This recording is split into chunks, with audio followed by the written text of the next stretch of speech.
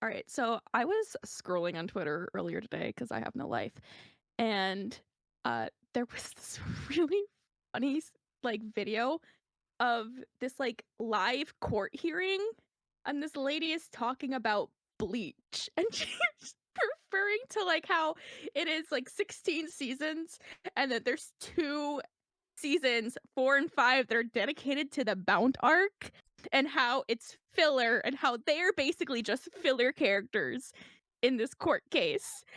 And I have no idea why they brought it up or what need there is to bring this up in a courtroom, but now you can officially say that Bleach is in the court records. Shio found herself on trial and wanted to brag about it on the podcast, is what I'm hearing. No, it's not me. I promise it's not me. I can't imagine what's going on in this case that you would bring up Bleach and relate it to the Bount arc of all God. things. She must have really hated the people or something if she's relating it to that. Listen, the Bount arc isn't the worst filler arc in Bleach, at least. Yeah. What's the arc right after the Soul Society arc? Is that the Bounce arc? That's the Bount arc. Yeah. Oh god, that's where I dropped it. So it's pretty bad.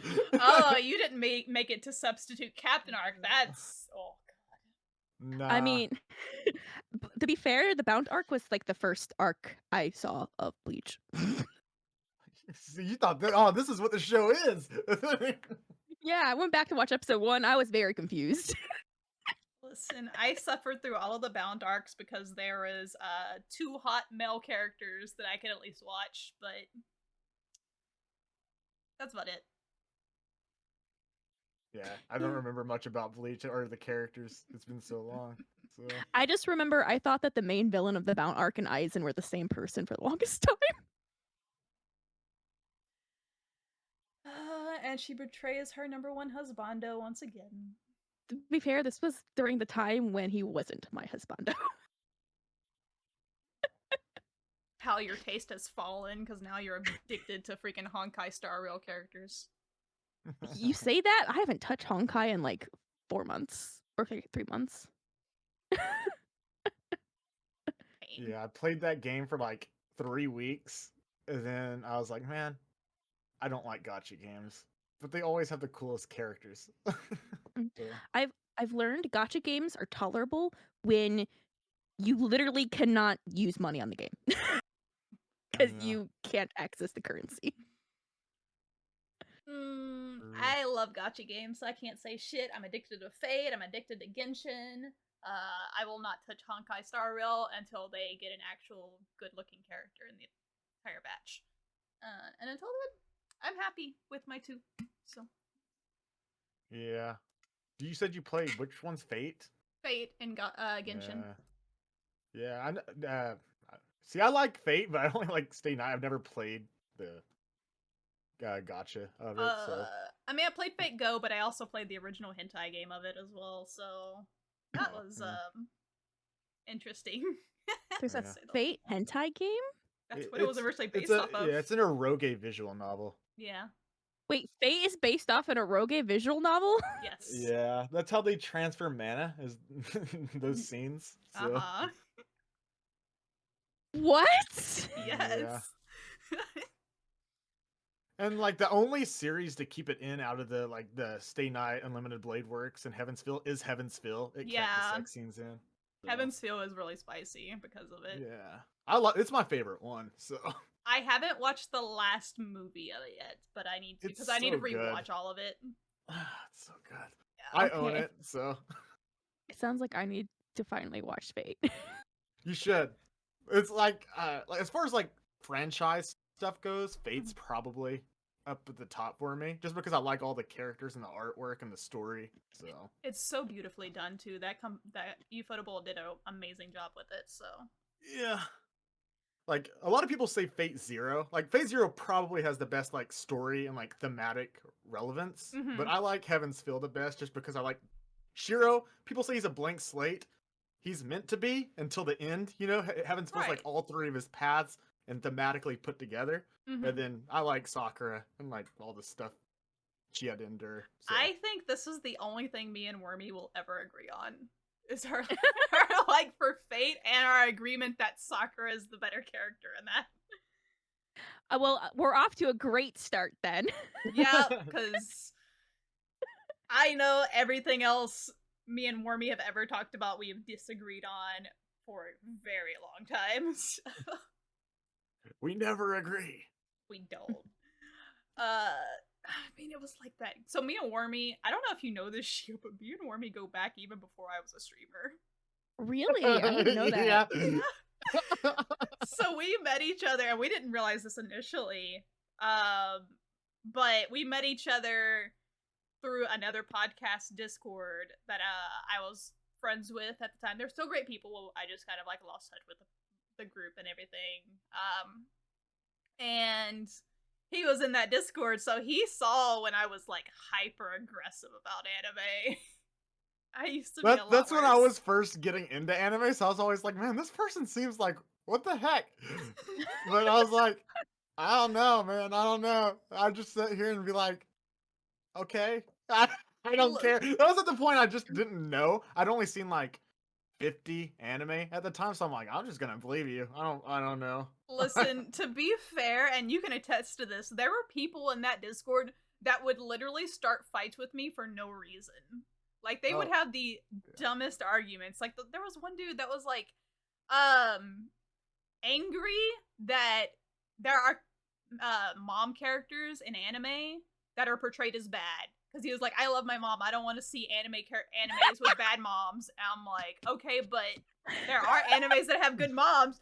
And he was like, yeah, but it's a bad trope. And I'm like, that doesn't make an anime bad. And like, it went into an entire argument because he thought just because the mom was bad in an anime that it made the anime bad. And I'm like, no. I was arguing with somebody in there yesterday. I'm still in there, so. But I was arguing with somebody in there because they hate anime that makes them angry, which, I mean, that's an emotion. Like, you should get angry or something sometimes, you know, watching stuff. You just control it. And I'm like, if it makes you that angry, like, what are you doing? I don't know, man, but because I forgot what anime we brought up. It was probably like Heavenly Delusion or something, because I really like Heavenly Delusion. It's my favorite anime this year. Okay. And they're like, I'm not going to watch it because I don't like some of the stuff in it. It makes me angry. I'm like, oh, okay. I feel like if it makes you angry, at least it makes you feel something. I think a bad anime is something that doesn't make you feel anything. Because if something like legitimately makes me angry about it, I still think it succeeded at something. Yeah. At least if that was the intention of it. Like nothing's worse to me than just being bored watching something. If I'm bored watching something, I'm like, damn, this sucks. That's me watching every isekai that exists. I don't watch isekai. Like, I don't know how some people do it. Like, I don't. They're all the same. Why are you watching it? They're all pretty similar. Yep. There's like a few standouts. Then other than that, there's like, why? And even the standouts, like, I like ReZero, but I don't like it as much as most people. So.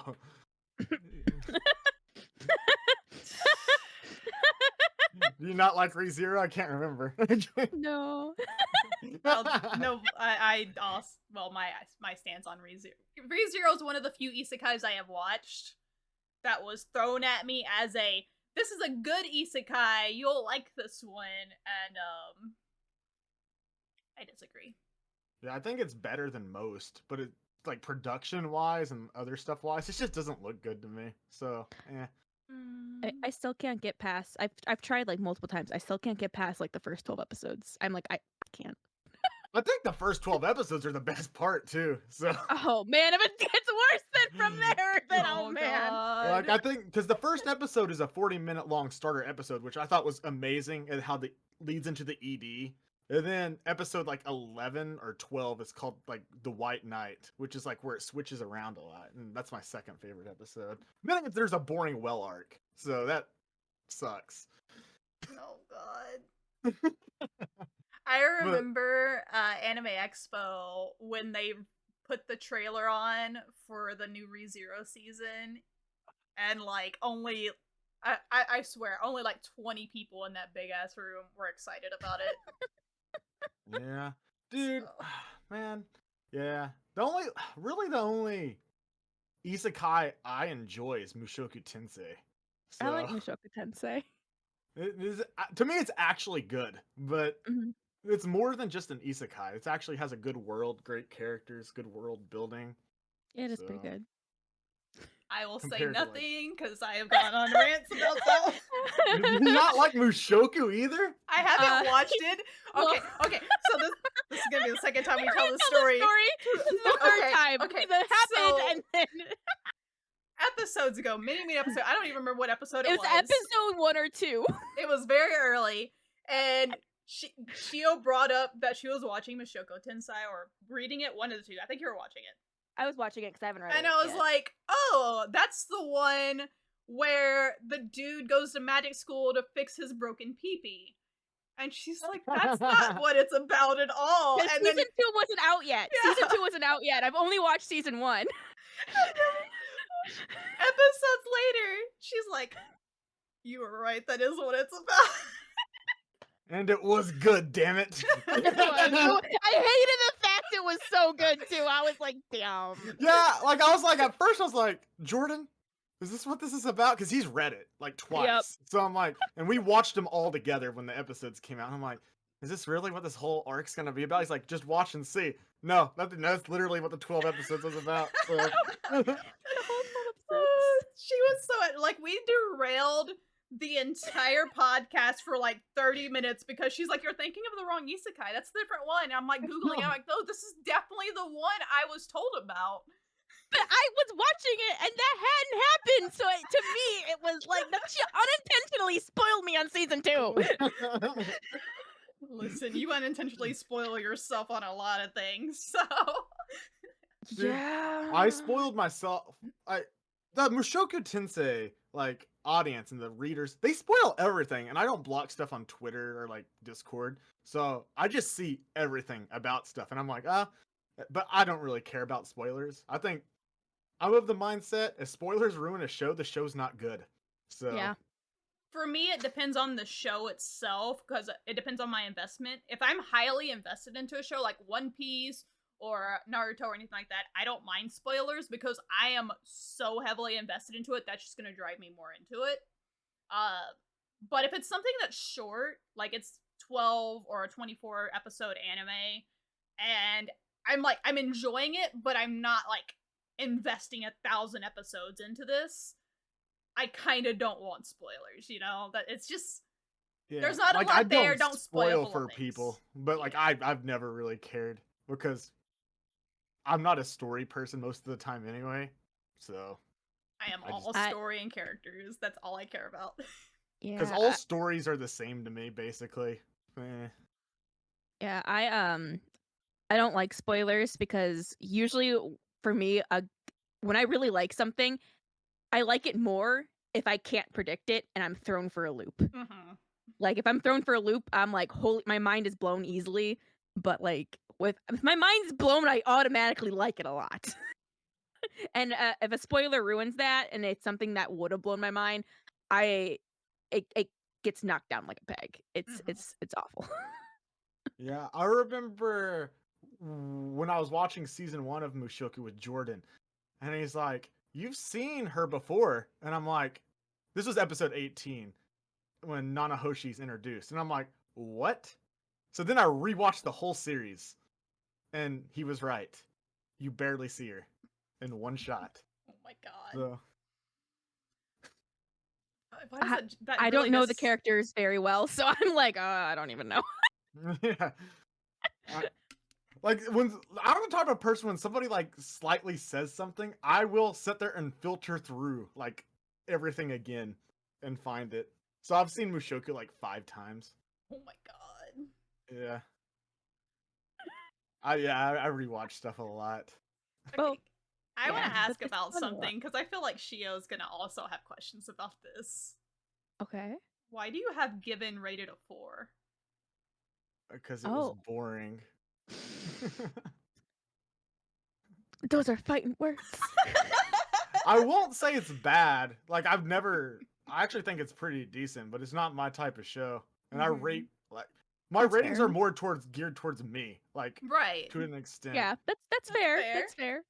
because I use like the stats on these sites Yeah. to help people recommend me stuff and find stuff.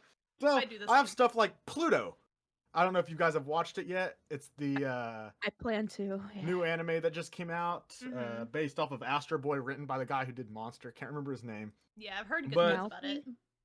everybody loves it. Everybody's giving it high scores. I watched it. I was bored. I hated it. Like, I'm like, it's good. Like, I Oh, can't say it's wow. not good because it looks good.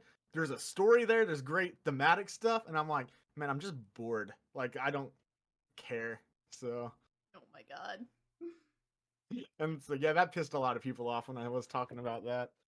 Granted, like it's based off Astro Boy, and Astro Boy was a good concept, and I've heard that they kind of make it a little more modern. It's adult, yeah, and Yeah. it's they turn it into a murder mystery, which then Yeah. with like the thematic stuff around AI, which we're leading into today. Like, do AI have emotions and rights and stuff? Mhm. So So it's very topical. yeah, I was Which- hearing that, and I was like, I was thinking, because I've mentioned this anime before, a Gene of AI. I feel like that one probably does it better from what I've heard of like the whether AIs have rights and stuff, because I granted most people just block that one off because it wasn't convenient store or vending machine isekai, but whatever. I didn't even watch that one because I watched every trailer every season to filter through stuff, and I Mhm. watched the trailer and I'm like, that looks awful. That was my first thought. It then- sounded awful. Yeah, because I read it and it sounded awful, but I know a couple people that actually really like it, so I was like, could be good. I don't know why, but now whenever I think of the vending machine anime isekai, I always think of seeing a vending machine in the shower with big eyes about to fall on you. I don't know why. Bro, so earlier this year we had vending machine isekai, which I didn't watch. I fucking hate that shit. Mhm. This season we have the pig isekai, Oh where the my guy turns into a God. pig, and I'm like, who watches this? Too many people. That's the answer. Too No, many they people. do. Like, they're not good. Like, they're just not good. No. So, Not but even a little speaking bit. of AI and the rights of AI, have you guys heard of an anime called? It's a movie called "Sing a Bit of Harmony." I have not. No. I highly recommend it. It's the same guy who did the series about 15 years ago called Time of Eve. He is really pro artificial intelligence and rights to them. And Sing a Bit of Harmony, he just goes all out. Like, I don't agree with him, but he goes all out on that. Like, oh yeah, they're people. So Oh, I've seen the poster for this before though. yeah, it's Oh, on Crunchyroll and it's a movie, and so you can just watch it there. I own And it it. has I really like ongoing it. manga too. Mm-hmm. So. Oh, I've seen quite a bit of his works. I will definitely check this out because I'm into this. Yeah, I'm big into the AI stuff right now too, though. So. Yeah. And I know you watch a lot of dubs, and the dub for it's pretty good because I've seen both of Sing a Bit of Harmony. Oh yeah. Because Oh, they that's sing even worse. songs like the AI girl. It's like a musical. It's part musical. Okay. So I don't know if they dubbed the songs. Can't remember, but I think they do. Oh, that'd be fun if they do. Yeah, that'd be really interesting because like I don't want to bring it up. I was gonna say there's another anime movie that has really good dub songs, but you also haven't read it before. So Me? yes, Belle. Oh, I hate Belle. That movie was so bad. Okay, Sing a Bit of Harmony is the good version of Belle, by the way. I'm gonna say it right here. That is Mamoru Hosoda's worst movie. Like, I love Wolf Children. I love Summer Wars. I love The Boy and the Beast. I love the Digimon movie. Not that. Belle was not it. I can just hear Cyan dying. I did not like that movie. I was prepared for this. Don't worry. So I already knew. I only had the My Anime list pulled up as a reference because I was like, okay, what do we have in common? Because the only Nothing. we have a lot in common. It's just your likes on what we have in common are vastly different than mine. Yeah. I mean, very vastly. So I went to Tokyo and Tulsa, which is a small convention where I live, Mm-hmm. and I did this thing. It was guess the anime music, and, Yes. and it was like Jeopardy style. So whoever got the most points won, and there was 4 people. I got to do it because I raised my hand. I was in the lead. I was doing good. I got all the incest ones. It was like brother and sister, whatever. I got all 5 or what 4, 5, 4, 3, 2, 1 of those. I lost because I bet all my points on the final Jeopardy, which it was the opening to Bell, the opening song, of which I watched dubbed. So whenever I heard the singing in Japanese, I was like, I kind of recognized the beat in the background, but I didn't watch it in Japanese. This is one I watched in English because they didn't have the Japanese version on wherever I watched it. So I was like, that song, and it made me mad. I lost. I never lose at that stuff, but I bet all my points and I lost. For real. Oh, that's unfortunate. Because you're really good at anime music quiz. Oh Yeah. I The mean, people up there were so surprised because like as soon as like the first beat would play to most of the songs, I would know it. Even the stuff I don't watch. Like I got Dr. Stone, New World, like immediately. Oh. And I don't even watch that. Well, So. that I feel like that's one of those ones. It's popular enough that anyone should be able to get it if you're at least a mid-tier anime fan. Like a big newbie anime fan might not, but like a mid-tier to high, like. I was really making the people angry on the panel though, because there was a romance section too. Oh And yeah. one of the romance section, the opening played, which I kind of recognized, ended up being Science Fell in Love, so I tried to prove it, which I called the knockoff Kaguya, which pissed off the person who put it on the thing. I love. Oh my god, I love annoying people with that run panels. Like Yeah. I did that at the last con I went to as well. Yeah, I don't think they realize I'm joking when I say stuff like that, and they actually start getting angry because I always just make snide comments about stuff, even though it's anime I like, and they're like, "Oh, he doesn't like anything." So last con I went to, and I was just there for a day. I brought a poster board in where I put on one side just most underrated anime, and on the other side put most overrated. But I'm mostly focused on the underrated, and I had people come up and write in Sharpie like what they thought the most underrated anime was, and I got a big collection of things. Most of them not underrated at all. But I went to a panel about hidden gem anime, and the girl on the front, or the host or whatever, they were looking at the board because they're like, "Oh, this is so cool! You made this and you brought it around." They thought I put all the animes on there, because of course, like on the overrated side, people put DBZ, One Piece, Naruto, like all the stereotypical stuff, and they were getting offended at me, thinking I wrote them all. And I'm like, I literally have a bag of Sharpies attached to my hip, and these are all in different handwritings. Do not complain at me because people are memeing. And then like they looked at the other side and they were like, "Oh, I've never heard of any of these." Meanwhile, every anime they listed in their hidden gem anime are like some of the most popular anime that exist. So. Yeah, the ones you told me, I shriveled up inside. Yeah, they mentioned Sailor Moon, Oran High School Host Club, yeah, Samurai like Champloo, Death Parade. It's also popular. I know. Death Parade is the highest in popularity of all the ones they mentioned. I was like, I think it's 11 in popularity on my anime list.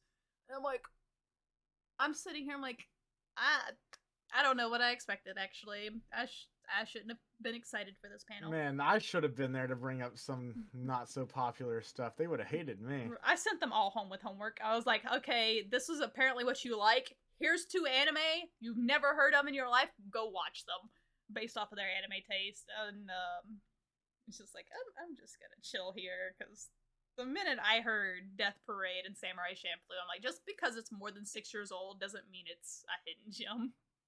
Sorry. Yeah. Bro, it makes me happy. I'm watching an anime right now that only has like a few thousand people on AniList. So probably like 10,000 people on my anime list, but it's called Akuma-kun, which is technically an alternative like sequel. It's a modern day interpretation of an older like 70s anime. But it's kind of meant for children, but it looks good. It's the guy who directed Princess Tutu, wrote and directed Oh, Princess okay, Tutu. yeah. So, like, it looks good. The art style's fun, but Mhm. you can tell it's like for children. Right. But I don't mind because I'm like, it's cute. But like stuff like that, I would put as more of a hidden gem. But, Right. or like, there's these anime movies called like Cinco Roll 1 and 2. Mhm. Third movie's not out yet. I put those under that too, because it's the guy who directed like the modern Digimon movies, and it's like adult Digimon. There's like these alien creatures they control, and it's so good. But nobody's watched it. I can So, hear Shio's brain just clicked off at the mention of Digimon. do you not No, like it did. Digimon? I'm sitting here on Annie list, like looking everything up as he's saying it, so I can like follow along. I'm like, what? Yeah. No, I Or feel like, like for it to be a hidden gem, if you walk into a room of 20 anime fans and you name it and half of the room cheers, it's not a hidden gem. yeah, But like That's right now, sorry. have Oh, either go of ahead. you watched Pompo the Cinephile? Pompo the Cinephile? It's a movie, only an hour and a half long. It's the greatest standalone movie you will ever watch. It is so good. Let's Like, see. it's like I don't know how to describe it, but it's a movie about a cinephile. He likes movies and he gets to direct his own movie. So it it's very good. I highly recommend it. Dub is good too. I've I immediately met with like a very cute looking girl, and I'm like, oh, this makes sense. Why Wormy yeah, likes that's Pompo. She's the producer of the company that gets Jean, her assistant, to direct a movie that she will like. It's by Studio Clap. Yeah. That just made me laugh. I don't know. But I kept hyping this up to Jordan. I was like, man, I'm hyping this up too much. He watched it. It's probably one of his favorite movies. It's one of his highest rated, like on Annie list. He has it at a 95 out of 100, which he only has like 10 anime over a 90. So, Oh yeah, I and forgot then they do 100 scales over there. I was like, yeah, 90? What the fuck? yeah, I do points on mine, so I have like 9.5. But he also got Same. Briggs to watch it, and Briggs liked it too. So but Okay. like nobody has seen it. Like completed on AniList, it's 6,100. So like This nobody has seen it. This is fairly new too. Yeah, Like, this it is only a didn't few get years old. yeah, it didn't get any like theatrical release or any like shown anywhere like support. So you just had to know That's insane. I mean, I guess it did come in the middle of the the vid. pandemic. Yeah, so that Yeah. might have hurt it a little bit. So that would explain like the no theatrical release regard at least, but like everyone was chronically online, so I would figure more people would be talking about more anime around that era at least. People Yeah. don't talk a whole lot about anime movies. A lot of people usually focus on their shows. Yeah. I like movies. I went through that stint during COVID where I started watching one anime movie every other week on my Discord with like 5 to 7 people. So I watched like 20 movies in 2021. Oh my god. Yeah, Oh. anime movies are like where it's at. They're like the peak of like cinema. Like they're the consolidated form of storytelling and stuff into a small little hour and a half to 2 hours. Oh, it's so good. He says this, but like half of the movies I love that he has on his mal, he has rated less than a 5. I'm crying seeing 5 on Redline. I fucking love Redline. What are my highest rated movies? You would hate my highest rated movies, probably. Probably. Score, format, movie. Oh yeah, Liz and the Bluebird, which is a sequel movie to Sound Euphonium. Makia, it's Mario Kata, her first directed movie. She did Anohana. Have you seen Anohana? I've seen Anohana. Yeah. Yeah, so like it's very good, and like you can tell it's very much her and her storytelling, and it's beautiful. So, Oh, I'm surprised we didn't see more of this because 11 Arts likes to put everything in people's faces. yeah. And like Tomoko Love Story, which is a sequel to Tomoko Market. Disappearance of Haruhi Suzumiya. Yes. Those are like my 10 out of 10s. I love Disappearance. I've seen that movie like 10 times. Okay, is like, it bad that I've only watched the movie and I couldn't finish the series for Tomoko? I tried. I mean, they're vastly different.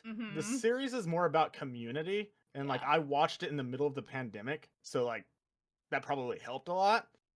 And then Love Story is just a love movie. I think Which it's is like why I the like the pinnacle movie. love story movie. Yeah, because it doesn't do anything like outlandish. It is straightforward, what it is, what it says, but it does it perfect. I think that's the closest you can get to a perfect romance movie. But it doesn't do anything crazy. You don't go into it thinking it's gonna do anything crazy. Right. But it does what it does, and it does it perfect. So, then Made in Abyss movie. That movie killed me. So. Oh man. Oh my god. Made in Abyss. I need more. Shio hasn't watched it yet, so I can't spoil it. But like, You haven't watched it? Have you read it at all? No, it's on my list, but it will probably like a not next year, but a year after. It's like a 3-year away kind of thing. Well, no, I have a whole list of things I'm reading next year, so like it's on my list, but not for the immediate future. Yeah, Made in Abyss. If I had to pick like my favorite anime in the last few years, Made in Abyss is at the top. Like, I will agree with that. Actually, oh my god, I'm agreeing with Wormy again, but dude. I will 100% agree with that because like when I was hyped up about it because I watch Nux and he hyped that shit up like crazy to everybody, and I was like, all right, he keeps talking about the certain arc or whatever, and I'm like, all right, I'll expect it to pick up. Then I was not expecting the first season to hit as hard as it did. Yeah. Episode 11 fucking killed me, dude. I was like, all right, I'm in for the long haul. I don't even fucking care. Dude, like at the start, you're like, oh, this is just gonna be a cute adventure children's anime that's directed very well. Like in the first episode, they like look as a sunrise comes up and Kevin Pinkin's music hits, and you're like, this feels nice. This feels sweet. And then it's not, and you're like, oh, I'm dying on the inside. Yeah, slowly. I was expecting dark and depressing because I was already told about it, so I wasn't even expecting the happy-go-lucky adventure. So I was fully prepared for it, and it still slammed me because I didn't know why it was going to be, I guess, because it was like, all right, I've been told this is going to be dark and it's going to like hit hard. I don't know in which ways because these first few episodes don't convey that at all.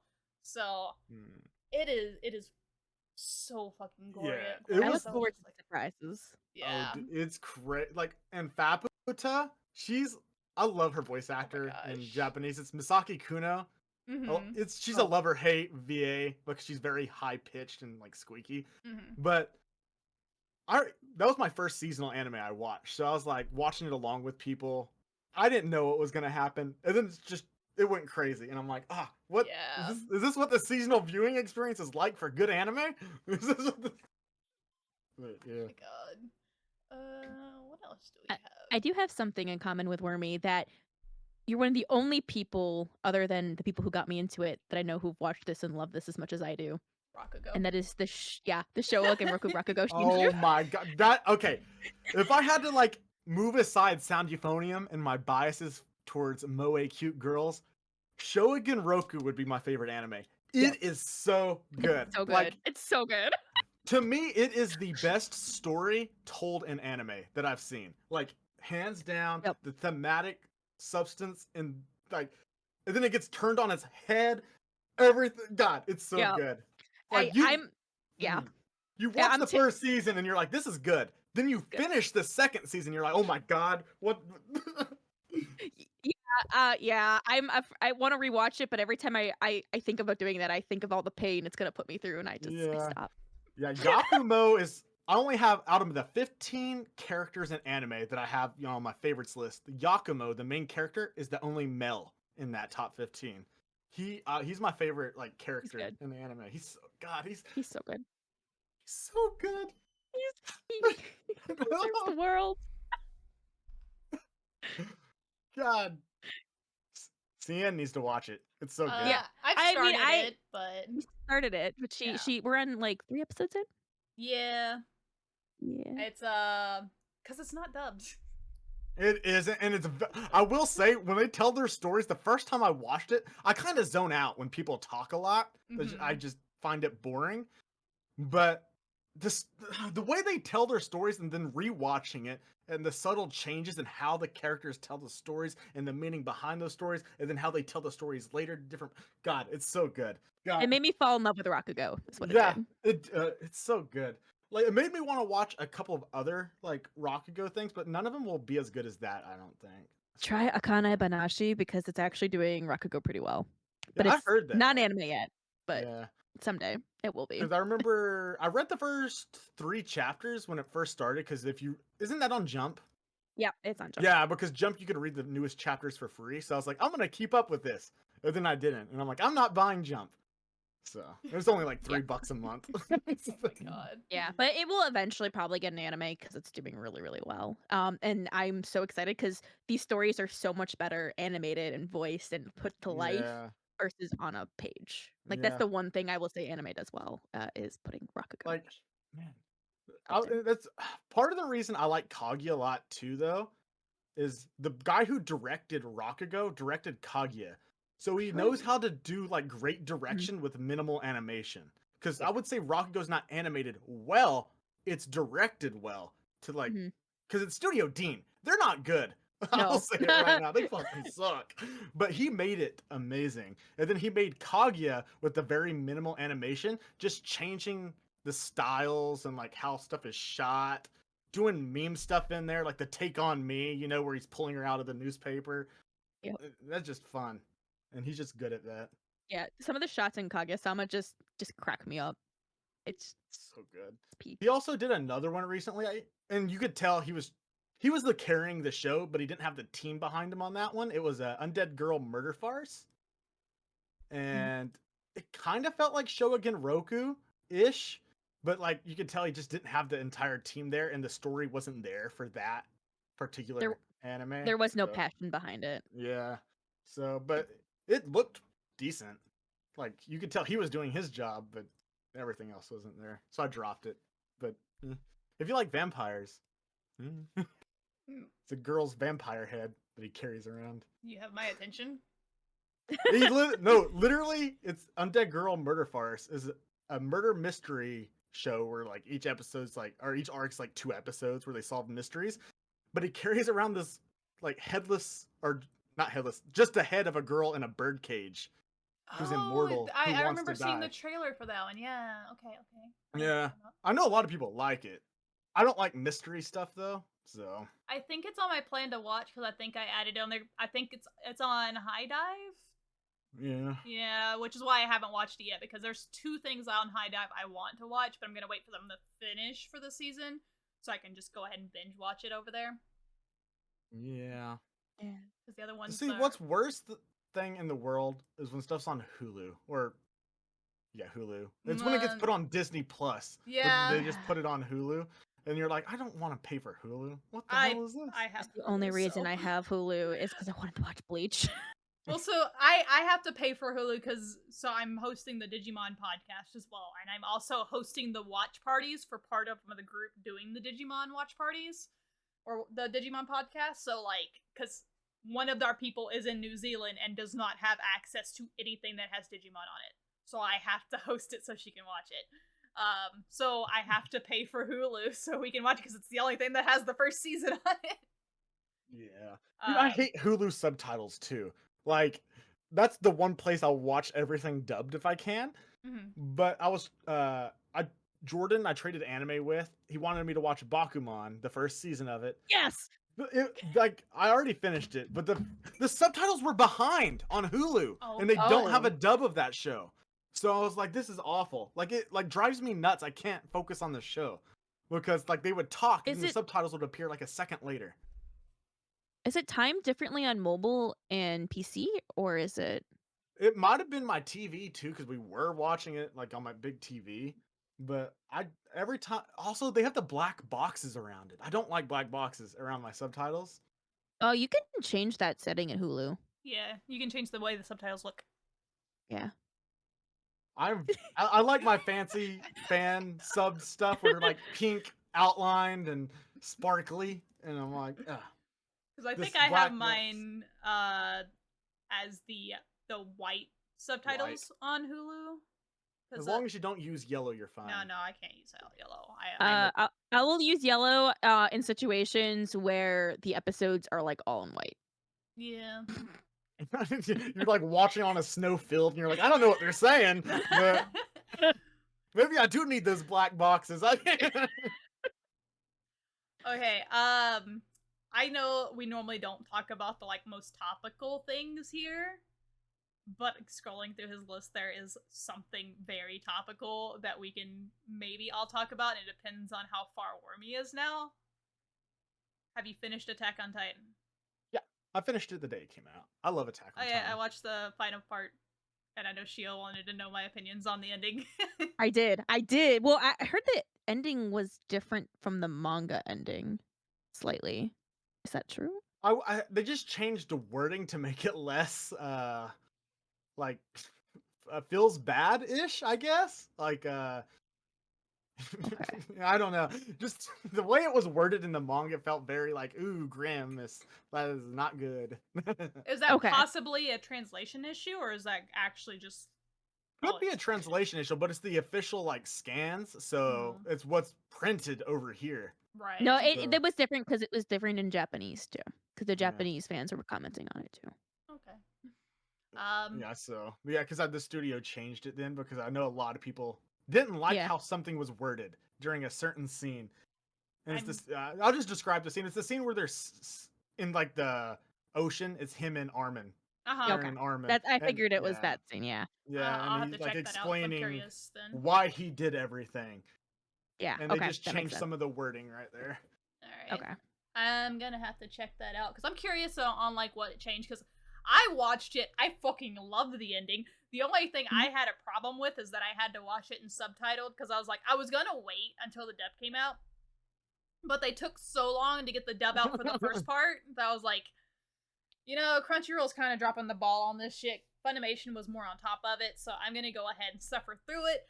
And boy, did I fucking suffer through it, because why the fuck does Armin sound like a 12-year-old girl, and why does Mikasa also sound like a 12-year-old girl? Mikasa is the same voice actor as Violet from Violet Evergarden.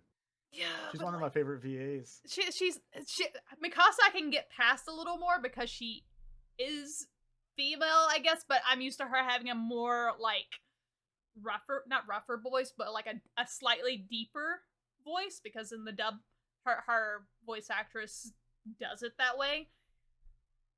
Armin, I don't know who does the voice of Armin, but I'm assuming it's a female voice actress in Japanese. It is, because he's meant to be like a little bitch, so Yeah. he has a female voice actor. So like, but like the English voice actor for him is the male voice actor that typically plays the little bitch boy characters in dub anime. So I was like, it fits so well because it still sounds slightly masculine, but it has that voice drop every now and then whenever he speaks and whenever he yells. But anytime Armin was speaking or yelling, which is a lot in the second part, I'm just like, I feel like I'm watching Sailor Moon. What the fuck is going on? I don't know Japanese voice actresses, so I can't tell you. I know him quite a bit. The woman who voices him also voices Momo in My Hero in Japanese. So there you go. Oh god. All right. Yeah, that was my biggest struggle, because most of the other voice cast I can get by. Like Levi kind of sounds the same. Aaron's voice actor is phenomenal, and they have the two best male voice actors in Japan right now. Yeah, Aaron is Yuki Kaiji, and Levi's the guy who does Araragi. I forget his name, but Araragi from Monogatari. He's very distinct. I think he plays Psyche K too. But no clue. Yeah, and I got used to those very quickly because they do a very similar presentation in the dub versus the sub. Of course, very different voices, but like the tones are the same. But Armin just threw me off so hard, and so much screaming, and I'm just like, oh, what did you do to my boy? I wanted to strangle this kid at one point. Now I want to strangle him again, and I want to watch it in dub when it comes out again, because that was my only nitpick. It's just like, I can't get used to this. I was so happy when he got kidnapped because he wasn't talking for a while. For that, like 45 minutes, yeah. Dude, it's like Goku's VA in Japanese. Yeah. Because they don't change voice actors, so if they're voiced them as a kid, they will voice them as an adult. Yeah. Because they're like grandfathered in. So.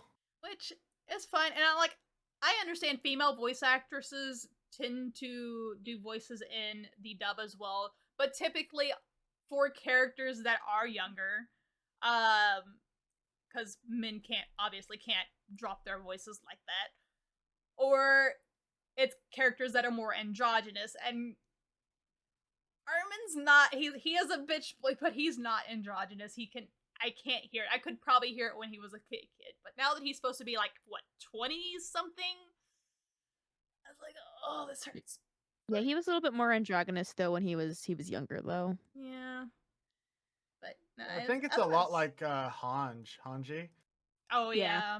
So, because her voice is both ways in both versions, you Mhm. can't tell if it's a male or female. 'cause Right. She's That's they're androgynous. I don't know if you play like the waifu game on Discord where you like roll waifus, but Mhm. Hanji rolls both male and female because like it's listed as both. interesting. But yeah, and I enjoyed it. I watched it all a couple days ago, and it was phenomenal. I was very happy with the ending. I will have to check out the manga panels now just to Yeah. check to see what the difference is, because oh my god, that scene fucking hurt me. Like the scene with them on the beach and everything, and when he fucking snaps at Eren, and Eren starts crying that he doesn't want Like a little Mikasa. bitch. I'm like, oh my Yeah. god, my heart, dude. I did not expect this, because I was not expecting that. I thankfully was not spoiled on anything Attack on Titan other than apparently the ending is bad. But That wasn't bad to me. Like I don't No, know it what wasn't people were bad. saying. I thought it was Yeah. a great ending. I think Attack on Titan's now my favorite like long running like shonen type show. let's go. So I love Attack on Titan. I've seen seasons 1. I've seen everything twice. I've even watched the final episodes twice already. Mhm. So and I've seen the first and second season 3 times. Like because I rewatched them whenever the final season came out. Yeah, I did the same. It's so And happy it's just good, so man. good. Like It is good. I'm trying to get my dad to watch it. It's a Oh my struggle. god. I'm like, Dad, it has a good dub. And he's like, I don't fucking care.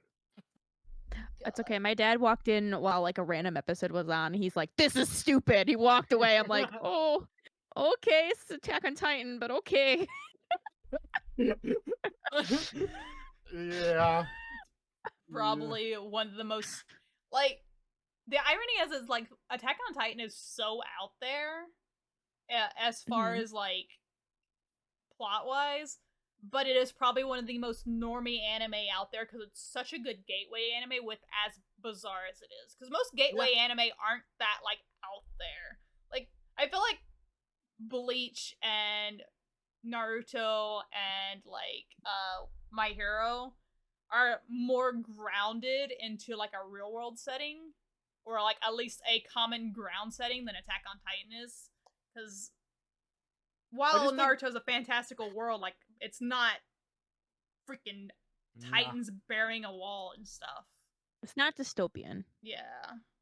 Yeah, the first few seasons of Attack on Titan, until it really opens up, you're like, man, what is this about? Like, I still don't know. What is in that basement? Man. The basement really does change the entire series. It does. Oh my god. It was so good from beginning to end too. I'm so glad, because I know a lot of people were mad after the first season that like first season was just hype sauce after hype sauce, and like every episode left you on a cliffhanger. And then second season toned it down a bit. Everyone got kind of butthurt over it. They're like, "Oh, it's not as exciting. It's more political." And I'm like, if it would have Total been change is good. Yeah, That's a good thing. if it would have been like that throughout all of these episodes, all these seasons, I would have been burnt out.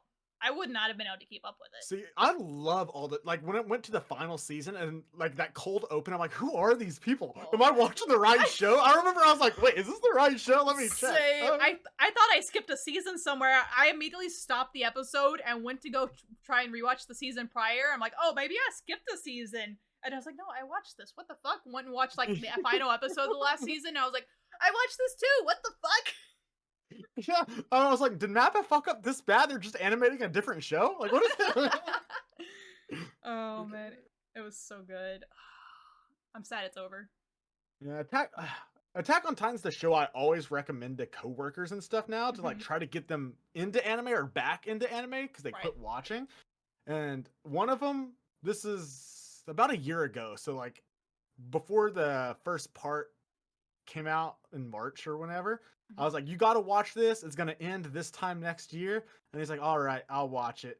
He messaged me 2 days later. And he's like, I'm caught up. And I'm like, what the fuck? Yeah. I'm like, dude, I said take your time. I'm like, it's not done yet. I have 3 anime I typically go to for recommending for new people that don't watch anime, and Attack on Titan is one of them. The other one is typically Fruits Basket for people that aren't into like the action stuff and they want something a little more dramatic, romance based, or something like that. So I'll give them Fruits Basket. My third pick is kind of a shame to me, but it is the only option I have. You say Cowboy Bebop? Oh God, no! No, Okay, I would I was gonna fucking say. never. I would never recommend Cowboy Bebop to anybody. Like, it was great for its time because we had limited resources of getting anime out there, but nowadays, Not one of those no. boomers that always recommend Cowboy Bebop. No, because it's episodic, it's boring, the plot doesn't pick up until the last 2 episodes.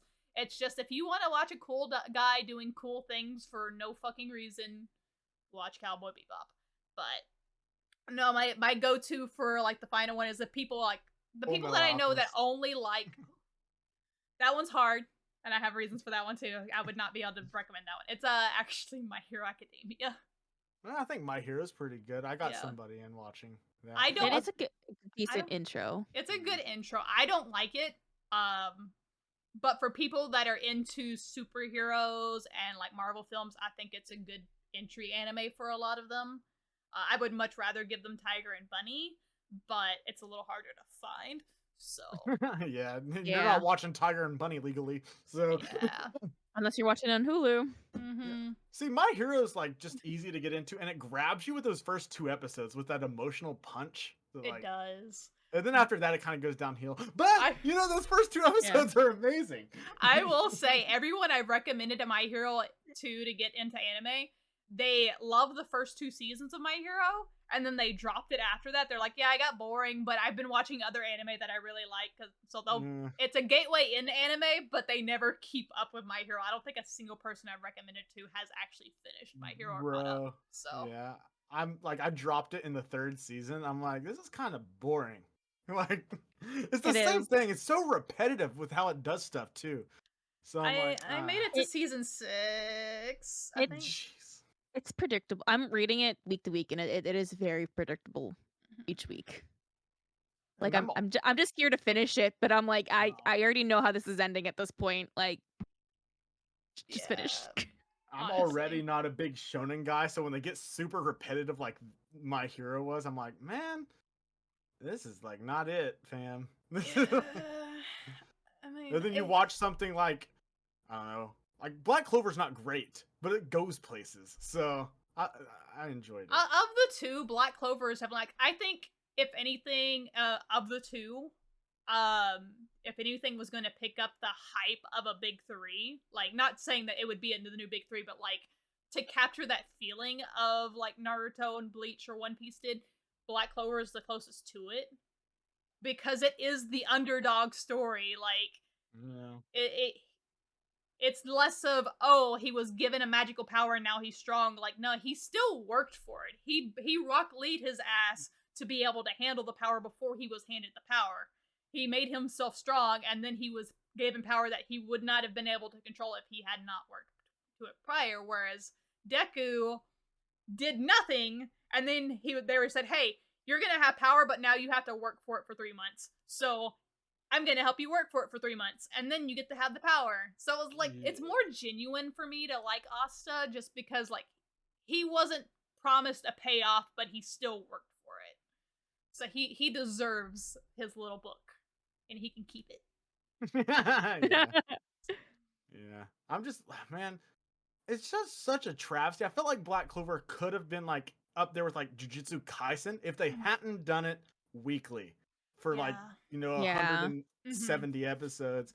Because like some of the arcs in Black Clover were amazing and they were animated well, but then certain parts were just like, what am I watching? What is, like, the first 3 episodes were filler. First episode, canon, then it was 2 filler episodes. And of them walking. I was like, what is this? Wow, it makes me so glad I read it. It's also one of those few ones where like I can fully recommend the dub to though for people that watch it, because while he still screams in the dub, the screaming in the dub isn't nearly as bad or ear piercing as the sub voice actor or voice actress. I don't know who does the voice in the subtitle, but I know everyone that watched the subtitle initially hated it immediately because Asta screams and the scream Yep. was like grating. Yep. Yeah. The I'm dub glad- voice is so much better at it. Yeah, he eventually toned it down, but I Mhm. think Asta was his first role, if I remember correctly. Yeah. Yeah, it was his it first is. role. Then he went on to do like Shinra from Fire Force. Right. So Yeah, no, Yeah. it's really good. I enjoyed it a lot. I haven't fully caught up with it, but I do know a lot of spoilers about it because I watch people that commentate about it and stuff like that. And it has a good story, and I'm so sad that the manga is now going on quarterly. I think that's Because better for its story, though. it's better for the story, but it's also like, when are we gonna get a continuation on the anime now? Because I'm okay with it taking a break. Fairy Tail took 2 breaks, and it prevented it from having a shit ton of filler in it that Naruto, One Piece, and Bleach all suffered from. And that's why I will always stand Fairy Tail, because like it does have filler arcs, but it does not have it littered all the way through because it took those 2 breaks.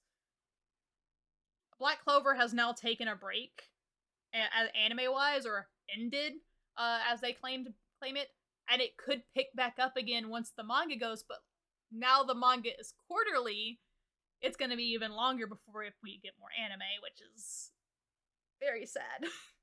But yeah. it's okay. I want my mangaka to get their rest. It's fine. They need it. He needs his family time. I understand. Or she. I don't know who writes it.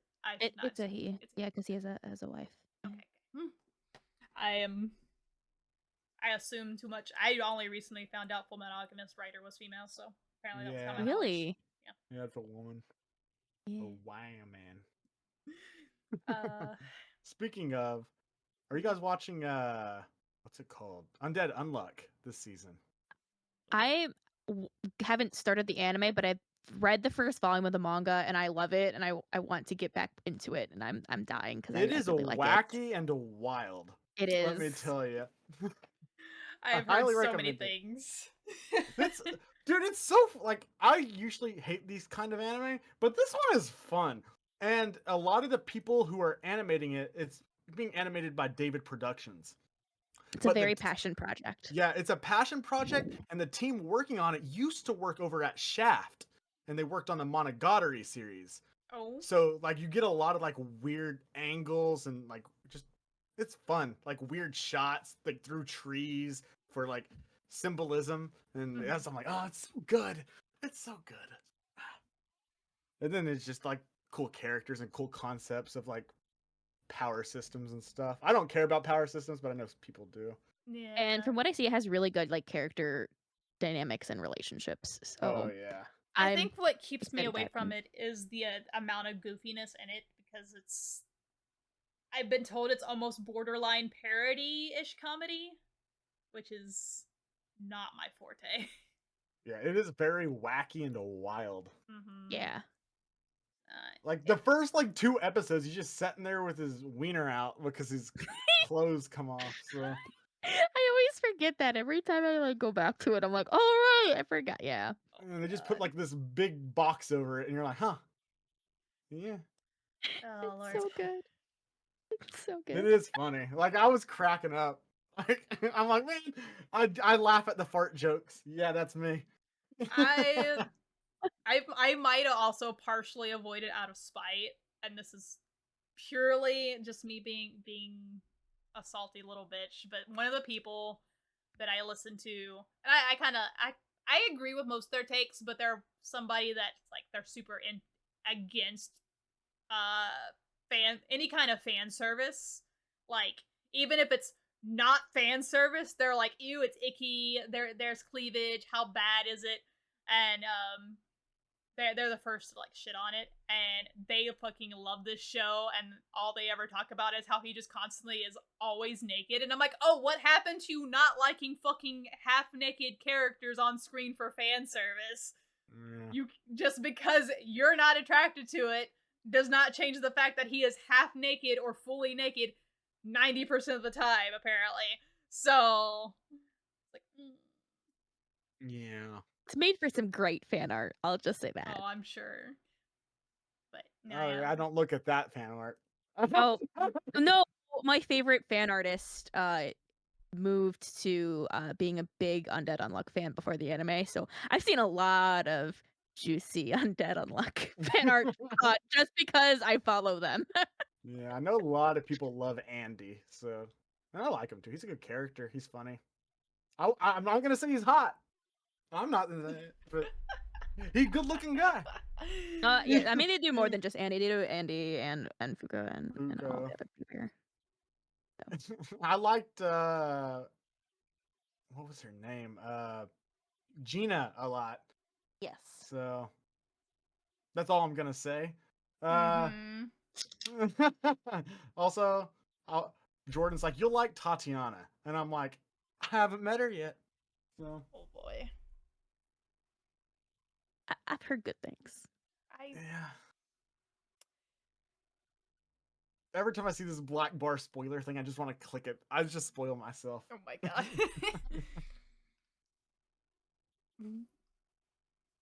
Hold on, I want to talk about this. Oh. In solitude, we are finally alone. Oh, Yosuke Nosura. Uh-huh. I love Yosuke Nosura. you rated it a 5. Yeah, it's pretty good. It's not great, but it's good. Oh my god. I've only met like 2 other people who have watched this. One of them is Cyanide, and now you, and then there's one other person. And I'm like, Jordan's watched it, so. hold on, did he like it?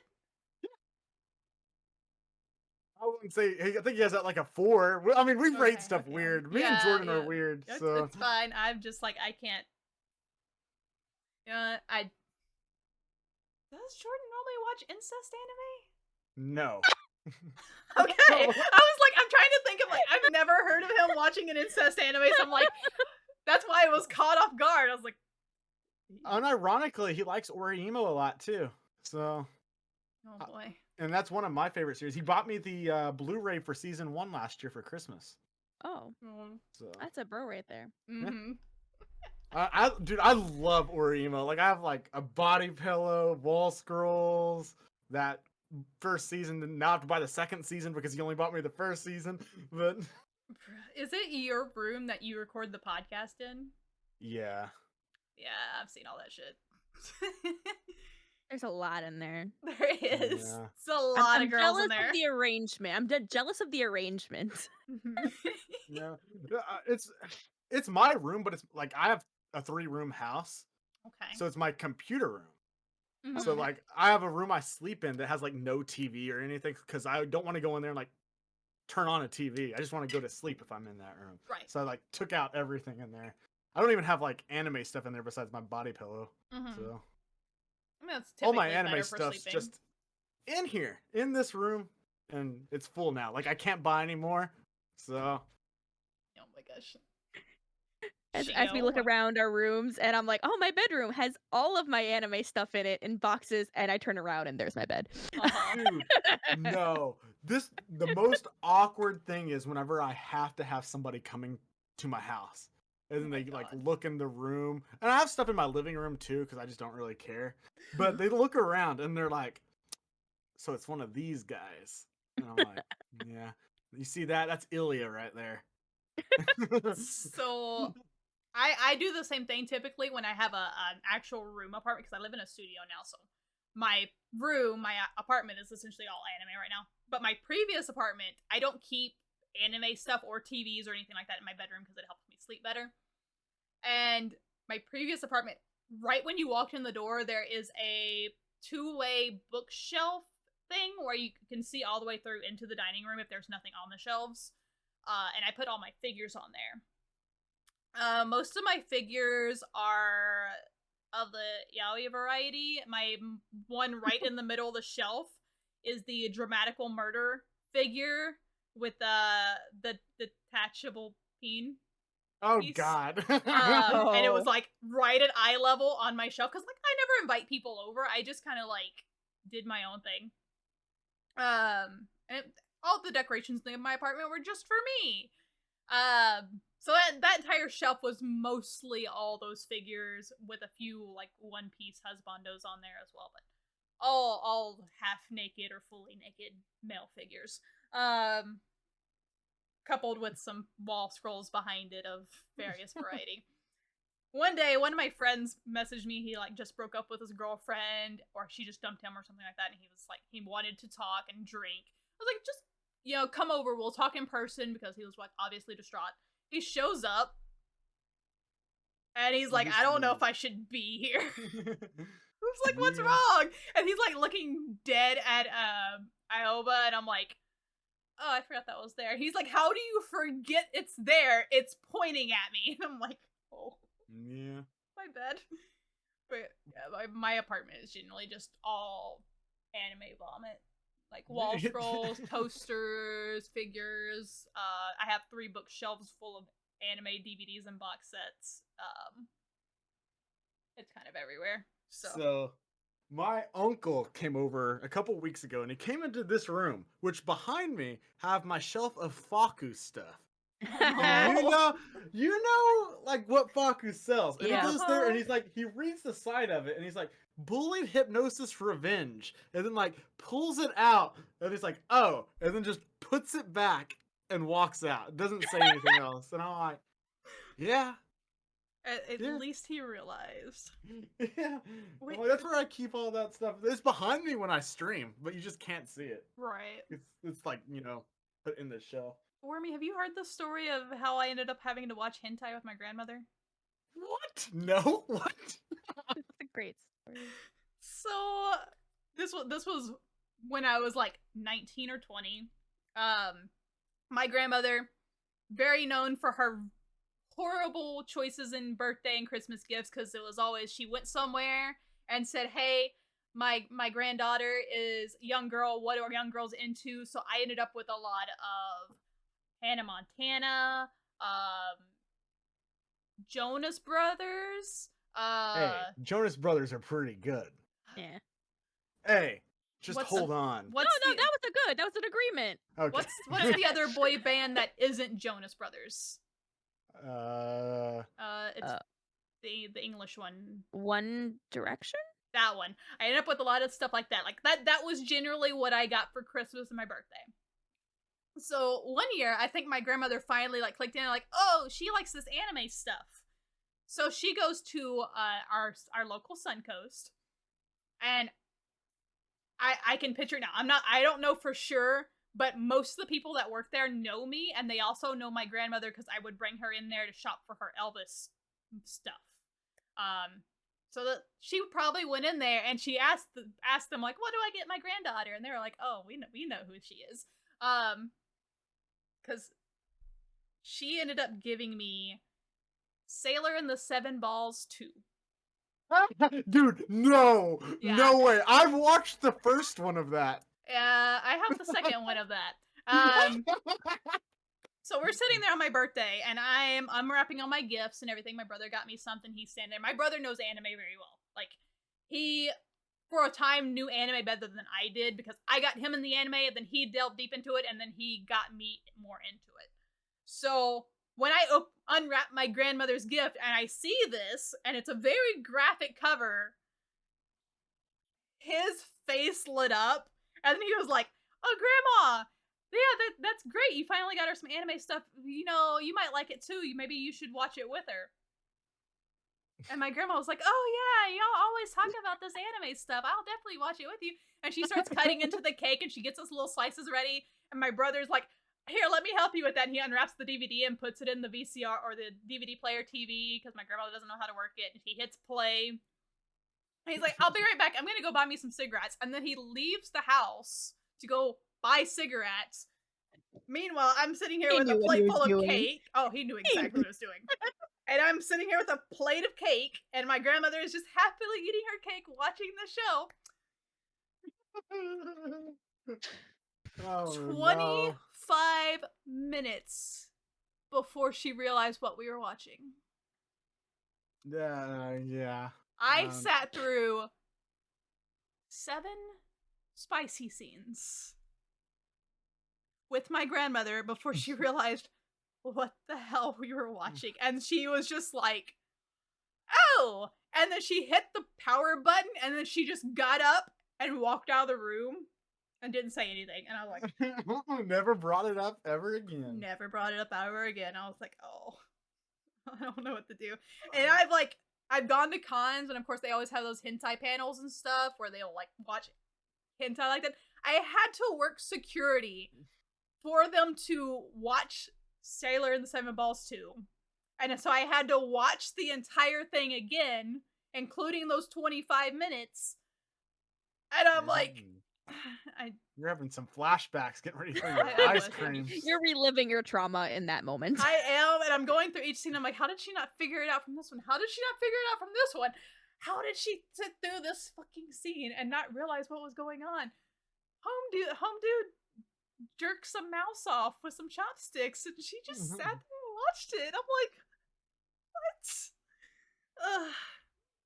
Yeah, so that's how I watched hentai with my grandmother. I can buy it for $40 off of Amazon. I can give it to you for free because I don't want it. One of the a guy gave it 5 stars, even though it was terrible. That's what he said. God. Another guy's like, "This is too hilarious not to give it 5 stars." I hate it. I hate it so much. Like, I don't know how to get rid of it because what? Like, how do I sell a hentai DVD? eBay. eBay. Macari. Okay. There's many places you can sell it. Okay, I would have to preface that I am Facebook female Marketplace. because I am not putting it on my Facebook. No, thank you. No, forget. You can put a Facebook Marketplace and have it unlisted to all of your friends. Oh my god. No, still nope. I'm good. Yeah. Oh my god. Yeah, that was traumatic. I couldn't do that. It's okay. It reminds me of when I was first getting into manga and anime, and I went to the bookstore. My mom was trying to be cool about it, and she grabbed every book she grabbed to recommend me was a yaoi, and she didn't realize it was a yaoi Oh my god. or what that was. And I, at that point, hadn't gotten into yaoi either, and I was trying to be cool and be like, "Mom, you should put that back." She's like, "What? You're not like a recommending?" She's like, "I'm just trying to be helpful." I'm like, I don't think you know what you're recommending to me. Oh my god. Dude, I always love going to cons though, and like seeing people's reactions to like the yaoi and yuri like dojins that are in those booths, and I'm like, I still remember at Otakon in 2021, me and my friend were sitting there looking through the Fate dojins. You know, there's a bunch of them, so we're just like, hey, look through all these ones we want. They're kind of expensive, so I only bought a few. But this kid came up. I don't know how old he was. I say kid, he's probably like 19. Still young, younger than me. And then he went straight to the Monogatari section, and I already knew what was coming. Oh, no. He pulled one out, and it was just like Shinobu on the front, and he puts it back up. You should have seen the look on his face. He just ran off screaming. And I was like, that is great. Oh no. Poor baby. Yeah.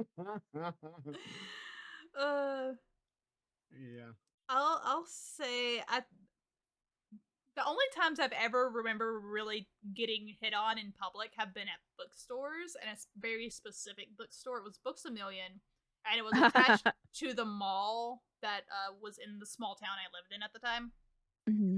And I would always go straight to the same little corner because that's where all the manga was, and I would sit there and like read through, see what I wanted to, if I wanted to buy anything. Like I'd look at a lot of the art books, and I remember like there would always be these dudes that would come up and they would pick up a book right next to me, and then they'd like kind of look at it and they'd look at me and like, oh, you like this one? And I'd be like, you even know what the fuck you're holding? And one dude was like flipping through it, and he was like, oh, do you like this one to me? And I was like, yeah, I've read it before, it's okay. And then he was like, cool, and he kept flipping through it, and he's like, I really like it. And then he like stopped, and then he slammed it shut, and then he put it back on the shelf. It's not the Junjo Romantica, it's the other one. Sekaiichi Hatsukoi, Yeah. World's Greatest First Love! That one. Oh, you got tastes! Yeah, that's what he had picked up. I don't know what page he had opened it up to, but I feel like that's the first time he actually fully looked at what he was reading, and it must have been an interesting page. I was like... And that's why those books are now saran wrapped. Yep. Bruh. I was just laughing so hard. I was like, well, at least that saves me the effort of having to deal with them, because... Yeah, because... It just sucked because the manga section was the closest to the door into the mall. So these dudes would literally just walk into the bookstore and see a girl looking at a bookshelf and come and talk. It wasn't even a matter of like them already being in the bookstore. So I knew these dudes weren't in here for books. It was just like they beeline in, grab a book, and then just like whatever. I should do that, but I should grab a manga and read it upside down and see if she notices. Oh my god. No, read it backwards. Like, read it like English Start style. Yeah, start reading the other way, just out loud. Oh my god. I'm like, wow, it ends with saying the end. That's weird. Okay, Oh my maybe it's just God. like one of those stories. Oh lord. Choose your own adventure. If I ever saw that, back then I probably would have been nice about it, because back then I was very kind of polite to the guys that were just... I was just like, yeah, I'm gonna go leave now. Now I have no fucking chill, and I would just outwardly laugh at them. I would not be nice. I'm a horrible person now. I no longer give a shit. And if I saw something, I would just like loudly proclaim, like, dude, you're such a fucking poser. What are you doing? Everyone point and laugh. Ha ha. Like, This guy's a phony. well, like, anime and manga's popular enough now that most people would understand, too. It wouldn't even be like, oh, like a select 5 people in this town might know what the fuck a manga is and how you read it. I could probably get half the bookstore in on that one now. Well, manga buying now is just a sport. Yeah. Yeah, The manga section at Books A Million is like 3 aisles in my area, and I'm like, wow, that is a lot. It's insanely competitive, because I'll go to the bookstore, all the new releases are already all gone. All the ones I wanted to get, I'm like, are you freaking kidding me again? Yeah. It never fails. Barnes and Nobles near me, they have an entire, like, it's an actual section now. It's no longer just a shelf of manga, from what I remember back in the day.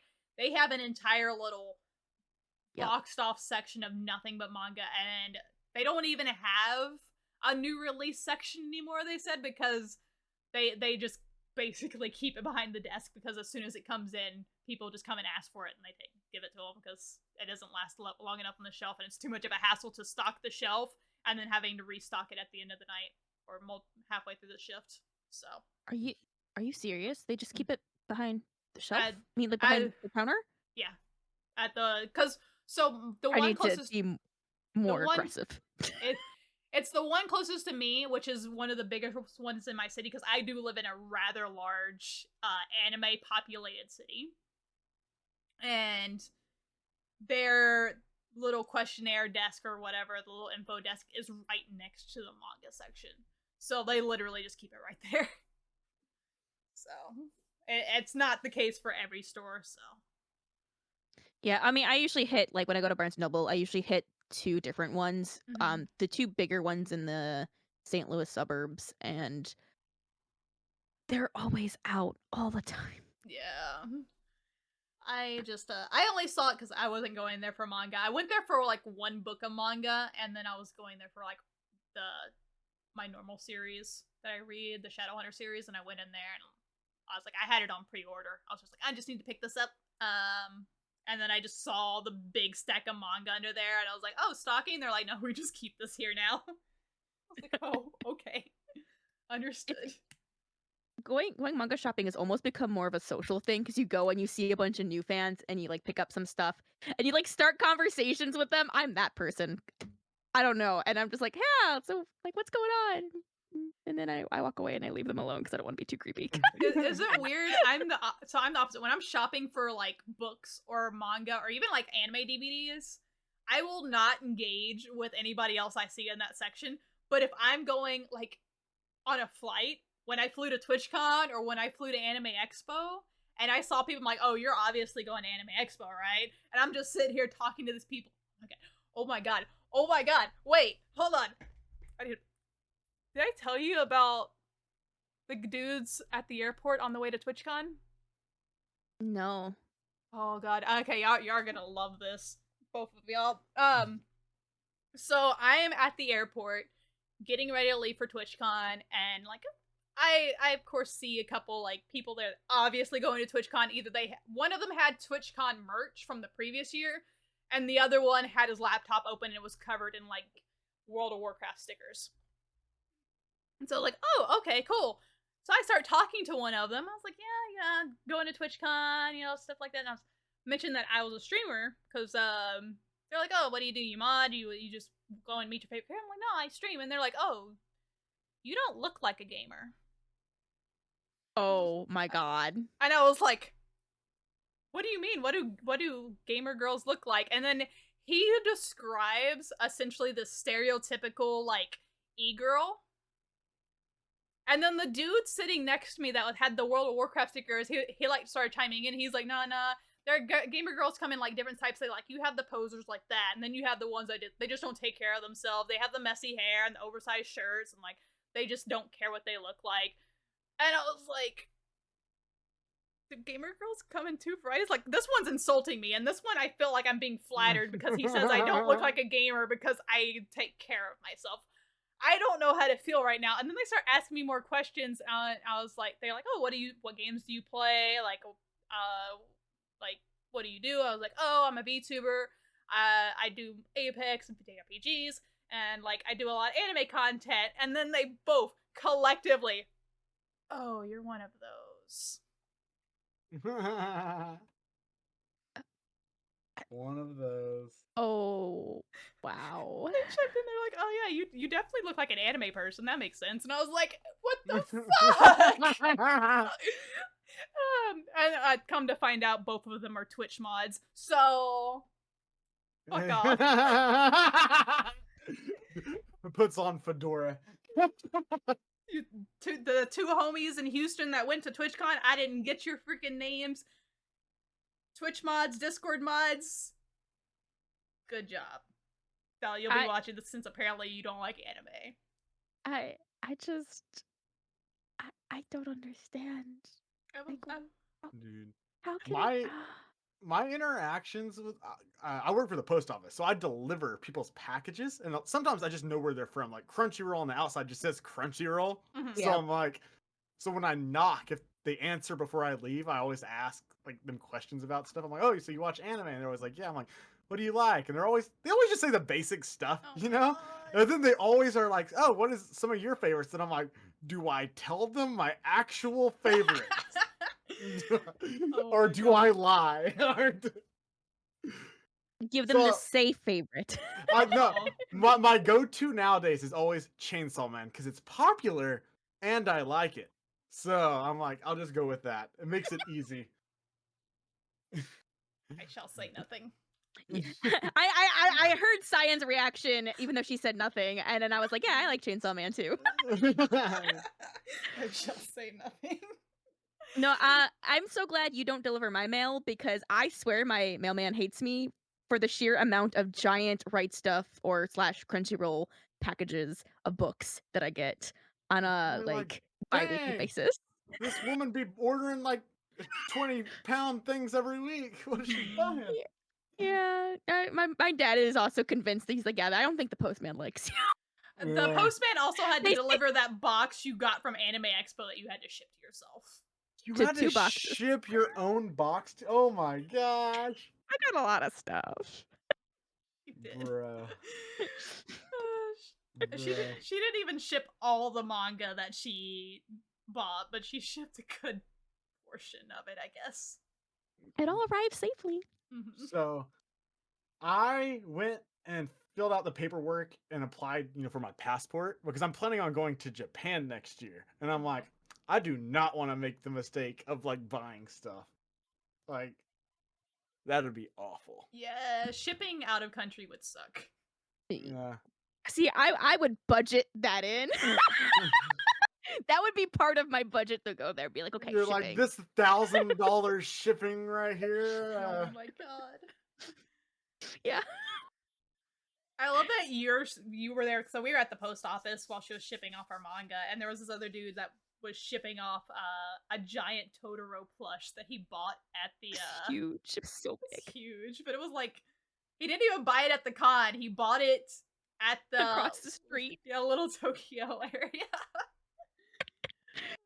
Oh my god. He was about to pay so much for shipping just because of how big it was, not even because of the weight. He had no fucks. He was just like, I just want it. Yeah, he just And I was like, impulsively got it. that's fair. Mm, I'm mhm. glad the guy helped me ship stuff though, because like I had everything like meticulously in bags, and he put it in the box where he made it all fit, and it was like a miracle. He knew Oh, what he did you was do doing. the flat rate shipping box or whatever? I have no idea. He Yeah, just like kind of No. I just gave him my stuff, and I'm like, make it work. No, it wasn't a flat rate shipping box because it was a brown one, right? Flat rate shipping is generally white boxes. Yeah, they're white Oh priority boxes. no, these were. It was a big box. Yeah, it was Big. a good size. How much did Good you size. pay for shipping then? Jeez. It wasn't actually that much. I think it was less than $20. I think. Oh, that's not that bad then. I think. It Am I was right? I not don't- less than $20. Was it? I thought it was. If it's books, I would be closer to 50 Well, no, bucks. most of it Yeah. was. So there were a lot of manga, but it was also. It wasn't 50 though. It was a little less than 50, I think. I would say it was a little less than 50, but it was definitely not less than 20. Yeah, but it was a lot of keychains, lanyards, mostly CDs and manga. Because I see the postage on stuff a lot, and I'm like, man, these like clothes get shipped to people like when they move or and stuff. And I'm like, they paid $180 for these 3 boxes. Yeah, I'm just adding them together, so it's like 60 each. Oh my god. And I'm like, that's expensive. And I'm like, just U-Haul that bitch. That's cheaper. Honestly. If I had room in my luggage, they would have went in my luggage. I had still stuff in my luggage too. She can Mhm. attest to Dude, that. That's always the worst part when I go to out-of-state conventions. And I'm like, I can't buy because I'm like, I have to fly, and I don't want to ship stuff back. This is why I drive to most cons. Yeah. Yeah. Like when me and Jordan went to Anime Matsuri in 2022, I'm still angry about that, by the way. I forgot that you lived in Texas, so I'm like, These boys literally came to my hometown convention that I was at, and I didn't find out until I was already there and about to host my fucking panel. Yeah, we probably walked by you several times. Oh no, I would have recognized. Well, I would have recognized Jordan at least for sure. I don't know if I would have recognized you because I've watched Jordan's streams Yeah. probably a lot more. Jordan just looks like a homeless guy, if I'm being honest. I see him every day. Oh my god. Yeah, I would have definitely recognized y'all, and I probably would have screamed. But yeah, because I was only there for the one day because I was just there for the panel. What day? My panel was Saturday. Yeah, we had to leave Saturday at 4 because we only could stay like Friday and half a Saturday because I didn't know until we had already planned this. Then my mom texted me like the week before that my grandma, we were celebrating her 70th birthday, and I'm like, God dang it. So I would have went out Friday if I would have known. I only went out there to do my panel and then maybe meet up with a couple friends. Because, like, my panel was at, like, 2.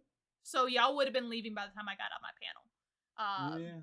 And I was like, dude, if I would have known, I would have came out Friday. Because I had time to come out Friday. I just didn't because I was like, I'm going to go there and I'm going to drink and I'm going to do stupid shit. Dude, it was that Friday night I learned what a burlesque was. It was interesting. Yeah, did you enjoy it? Was it it was Texas Heat, I think, right? That's that one? I don't remember, but I'm like, I know these hoes ain't watching anime. That's what I was thinking the whole time, by the way. I was like, but no, they were actually very talented. Like, some of them could do like some crazy stuff, and I'm like, man, I wish I had that flexibility. Like half of it. Like I can't touch my toes anymore.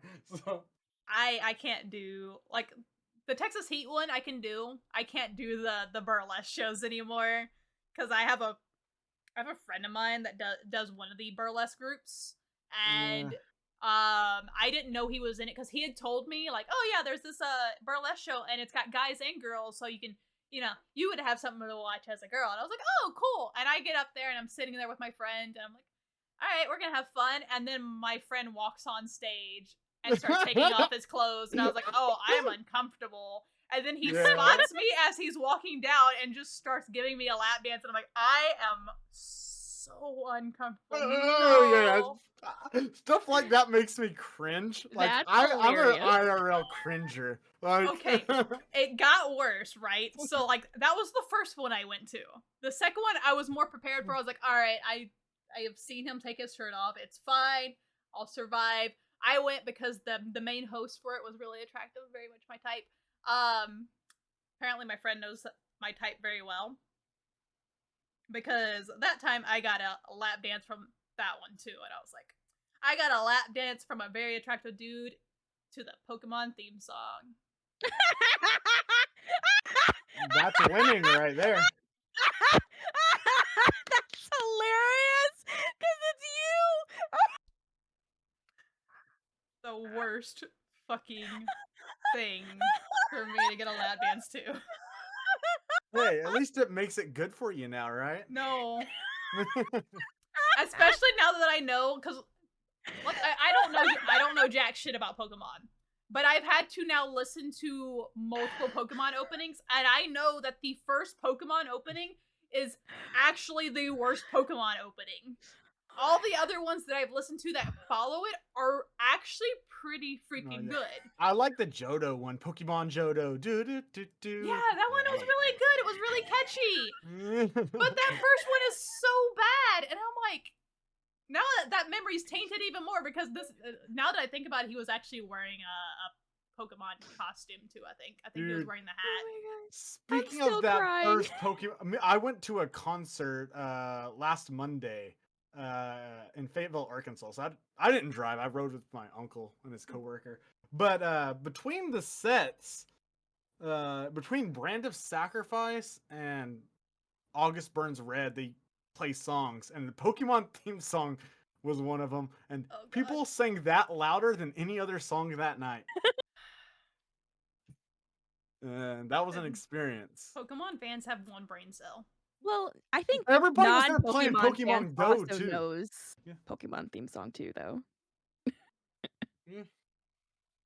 Another song that everybody sang came on right after that one was Chop Suey. So. Oh, that explains so much. They're System of a Down fans. Of course, they only have one brain cell. You not like System of a Down? I don't have much of a problem with it. My problem with System of a Down mostly comes from every dude bro in my high school who basically had the same personality and was like, System of a Down is the best band ever, and they're my favorite because they're so unique and their songs are so deep. And I'm like, all right. They're not though. They're all right, but they're just a basic new metal band at the end of the day. Honestly, so, yeah. And it was always like the same. Like, I work in a car shop, and this is gonna be my entire life and my entire personality kind of dudes. Yeah, they grew up to be Five Finger Death Punch dads. Oh my God, you're not wrong. Oh no, you're not wrong.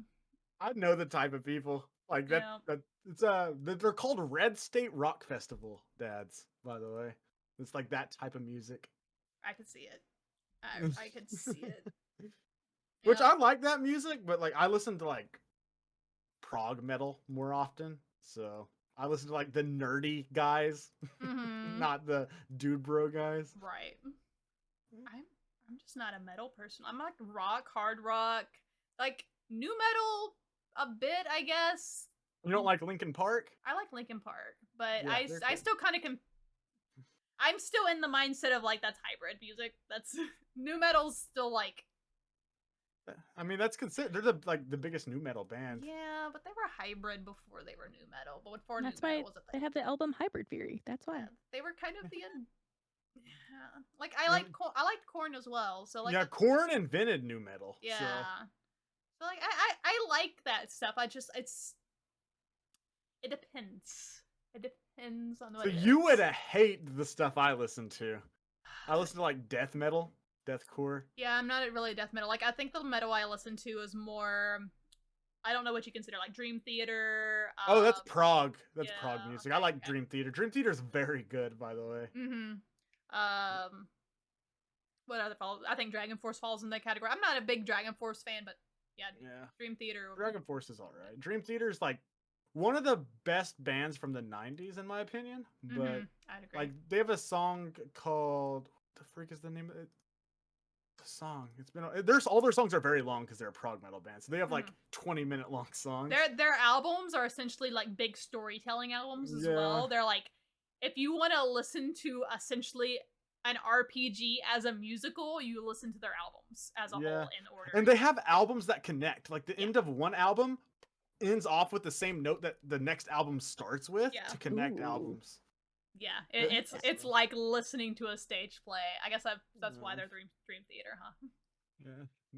Yeah, they're very for like nerdy type of people though, honestly. So speaking of like nerdy music, all right, I don't know if either of y'all will get this, because like for us now, when you think like anime or nerdy music, of course we have like Otacore, we have like Rustage, we have Schwabity and stuff like that, like the anime rappers and stuff. But when I was in high school, there was MC Chris, MC Frontalot, MC Lars that did raps about like comic books and card games and stuff like that. Do either of y'all know this?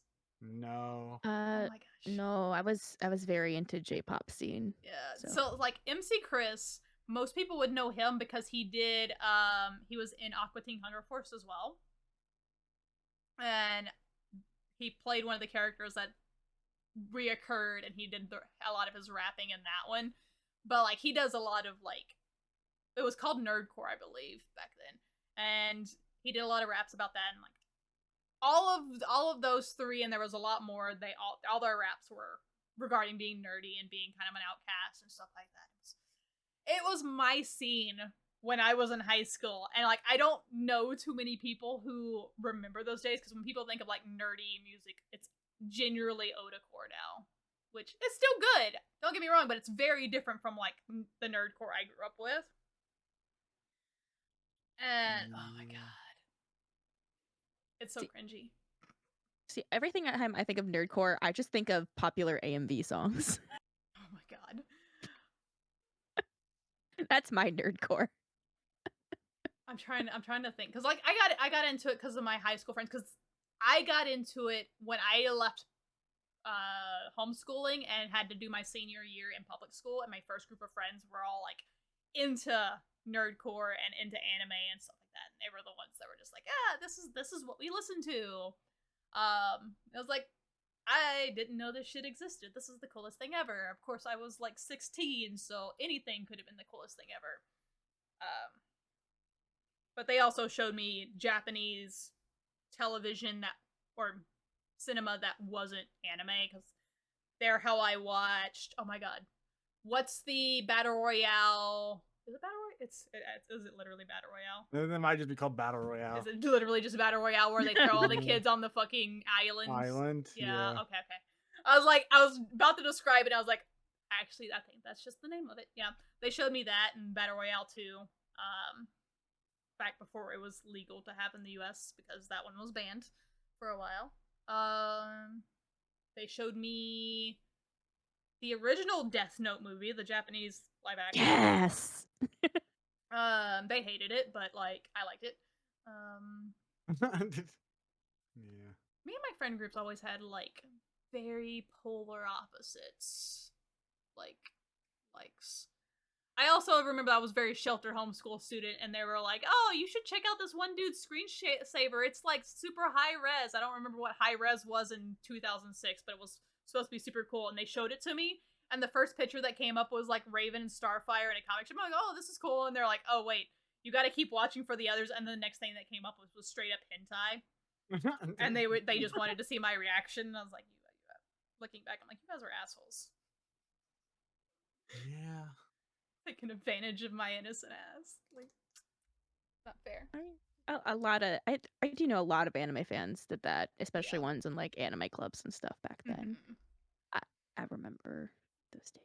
I was just the guy who made fun of people who watched anime. So, Look how far you've fallen. dude, dude, my friends and family bring this up all the time. I used to make posts on Facebook about how you can't watch television with subtitles. You can either watch or read. You can't do both. And they tag me in it every year.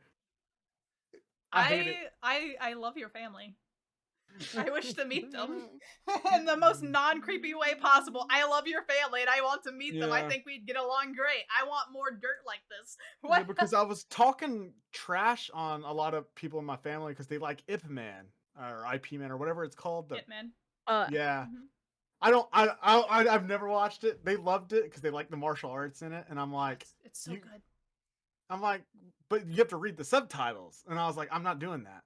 I'm not watching it. So I went in the other room and played video game, and I get made fun of to this day for that. As you should be. Also get made fun of because I remember I used to. My friend back in high school used to make fun of because he watched anime, and then now I've watched like way more than him and stuff, and he's like, "What is wrong with you?" And I'm like, "Hey, it is what it Deserved. is." Fucking He's deserved. dishing what you served. Mhm.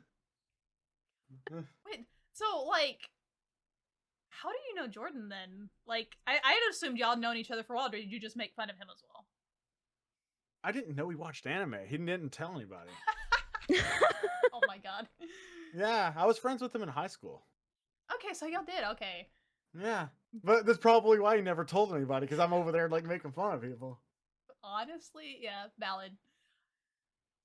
And then after I got into anime, this back in 2016, I was messaging one of my friends, and he's like, "Just message Jordan. He has a YouTube channel." And I'm like, "What?"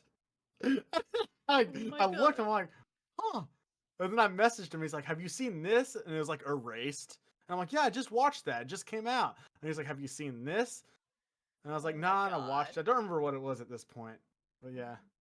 That's beautiful, actually. That's I probably one of love my that. favorite antidotes I've heard. Yeah. And then I also remember this moment too. This is about a couple weeks later. I used to watch one anime a day or one every other day, depending on how long it was. I could watch 12 episodes a night.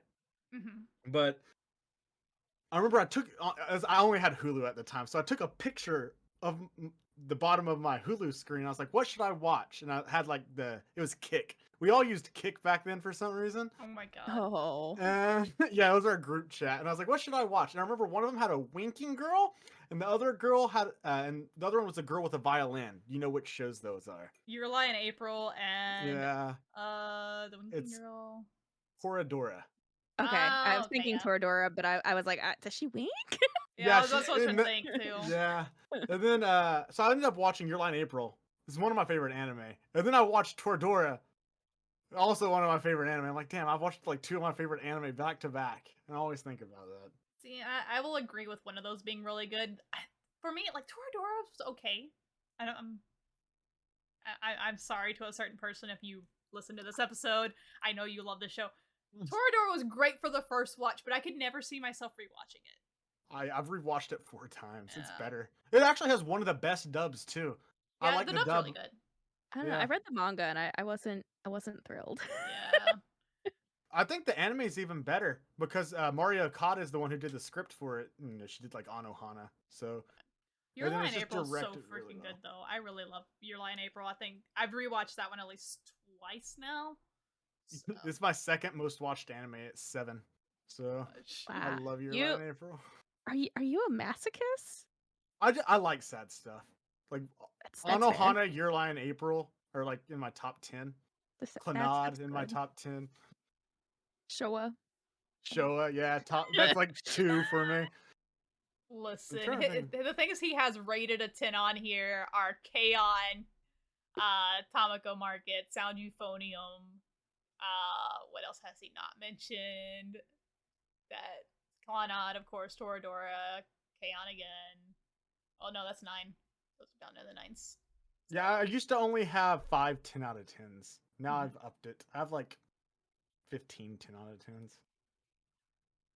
I think I it's just put my fair. favorites. I think it's fair to have more 10 out of 10s the more anime you have. It's when you're like, oh, I've only watched 20 episodes and 20 anime and half of them are 10 out of 10s. I'm like, Yeah, I put a thing in my head that I want like 1 to like 5% 10 out of 10s on my list. So like my favorites. yeah. So You have one of my favorite animes rated a 1, and I'm sad. what is that? Redo of Healer. Do you actually like Redo of Healer? Yes. That She was does. garbage. She does to an annoying degree. That show is I'm actually annoying about other stuff. She is annoying about Redo of Healer. that show's garbage, but I enjoyed it. I own the Blu-ray. So See, it is very enjoyable. Like, I would not rate it high on its own, but it was so freaking enjoyable. And Shio can't like shit on it too much because I explained to her a reasoning on it, and she was like, "Shit, one of my favorite fanfics does the same shit." So It does. Oh, it's makes me see, so mad. it's not in my least favorite anime because technically I have it at a 1.5. I have stuff people actually enjoy lower than it, like Ergo Proxy and Serial Experiments Lane. I hate those shows. So I have no opinion on this. I don't have strong opinions on those, so I won't fight you on those. I did like Lane. Ergo Proxy not as much, but I did like Lane. But it is very dated and it is very slow and it is not for everybody, so very boring. Yeah. What got annoying to me was the incessant buzzing that was supposed to represent like, you know, the being like into online-ish stuff, and I'm like, it's just annoying. Like it gives me a headache. I can't watch it. I can see it being like very cool effects back in when it came out, because when I first watched it was when like Cowboy Bebop was still airing, and I think if I were to rate, I would still like it more than Cowboy Bebop, just stylistic wise, because again, it's more deep into the whole like not really the AI problem, but more into like the terminally online problem, which kind of go hand in hand in this day and age. Yeah. So that's why I would put it above Cowboy Bebop, but I put a lot of things above Cowboy Bebop. Yeah, Lane did a lot of stuff that was good back then, but like today, it's just we're past that point already, and everybody knows about it. So like, I could see it being good 25 years ago. Yeah, not. It's also, definitely Tokyo Ghoul Re. I hated that. I didn't really like. It was so butchered. I went into it and I'm like, maybe Re will be better. And I watched 2 episodes. I'm like, the ending slaps, but you were still butchering it, and I cried. I didn't like Tokyo Ghoul to begin with. Like, it was okay. Fine. I didn't really like hate it, but it was just like, I want to read it, but it's so long. I like shorter manga. Like, it feels longer than what it actually is, because it's not. When I look at all the volumes that I have in the box set of it, and well, imagining there's 2 box sets, it's not as long as it felt like it was. Hey, yo, you dropped Blue Lock respect. Dude, that was trash. I hated it. I didn't mind it, but I'm salty on it because everyone that was like, I'm not gonna watch the Trigun remake because it's CG and CG is bad, and they're like, Blue Lock is the best sports anime ever. I'm like, have you seen the CG in that fucking show? It's horrible. Like, what is this 2001 CG going on in the background? This is like the hair's not even moving. Like, everything was horrible about it. I didn't even like the characters. What was good about it? And it's funny because everybody was comparing it to Aoashi, which I actually enjoyed, which was just a generic sports anime, but it was good. The characters were good.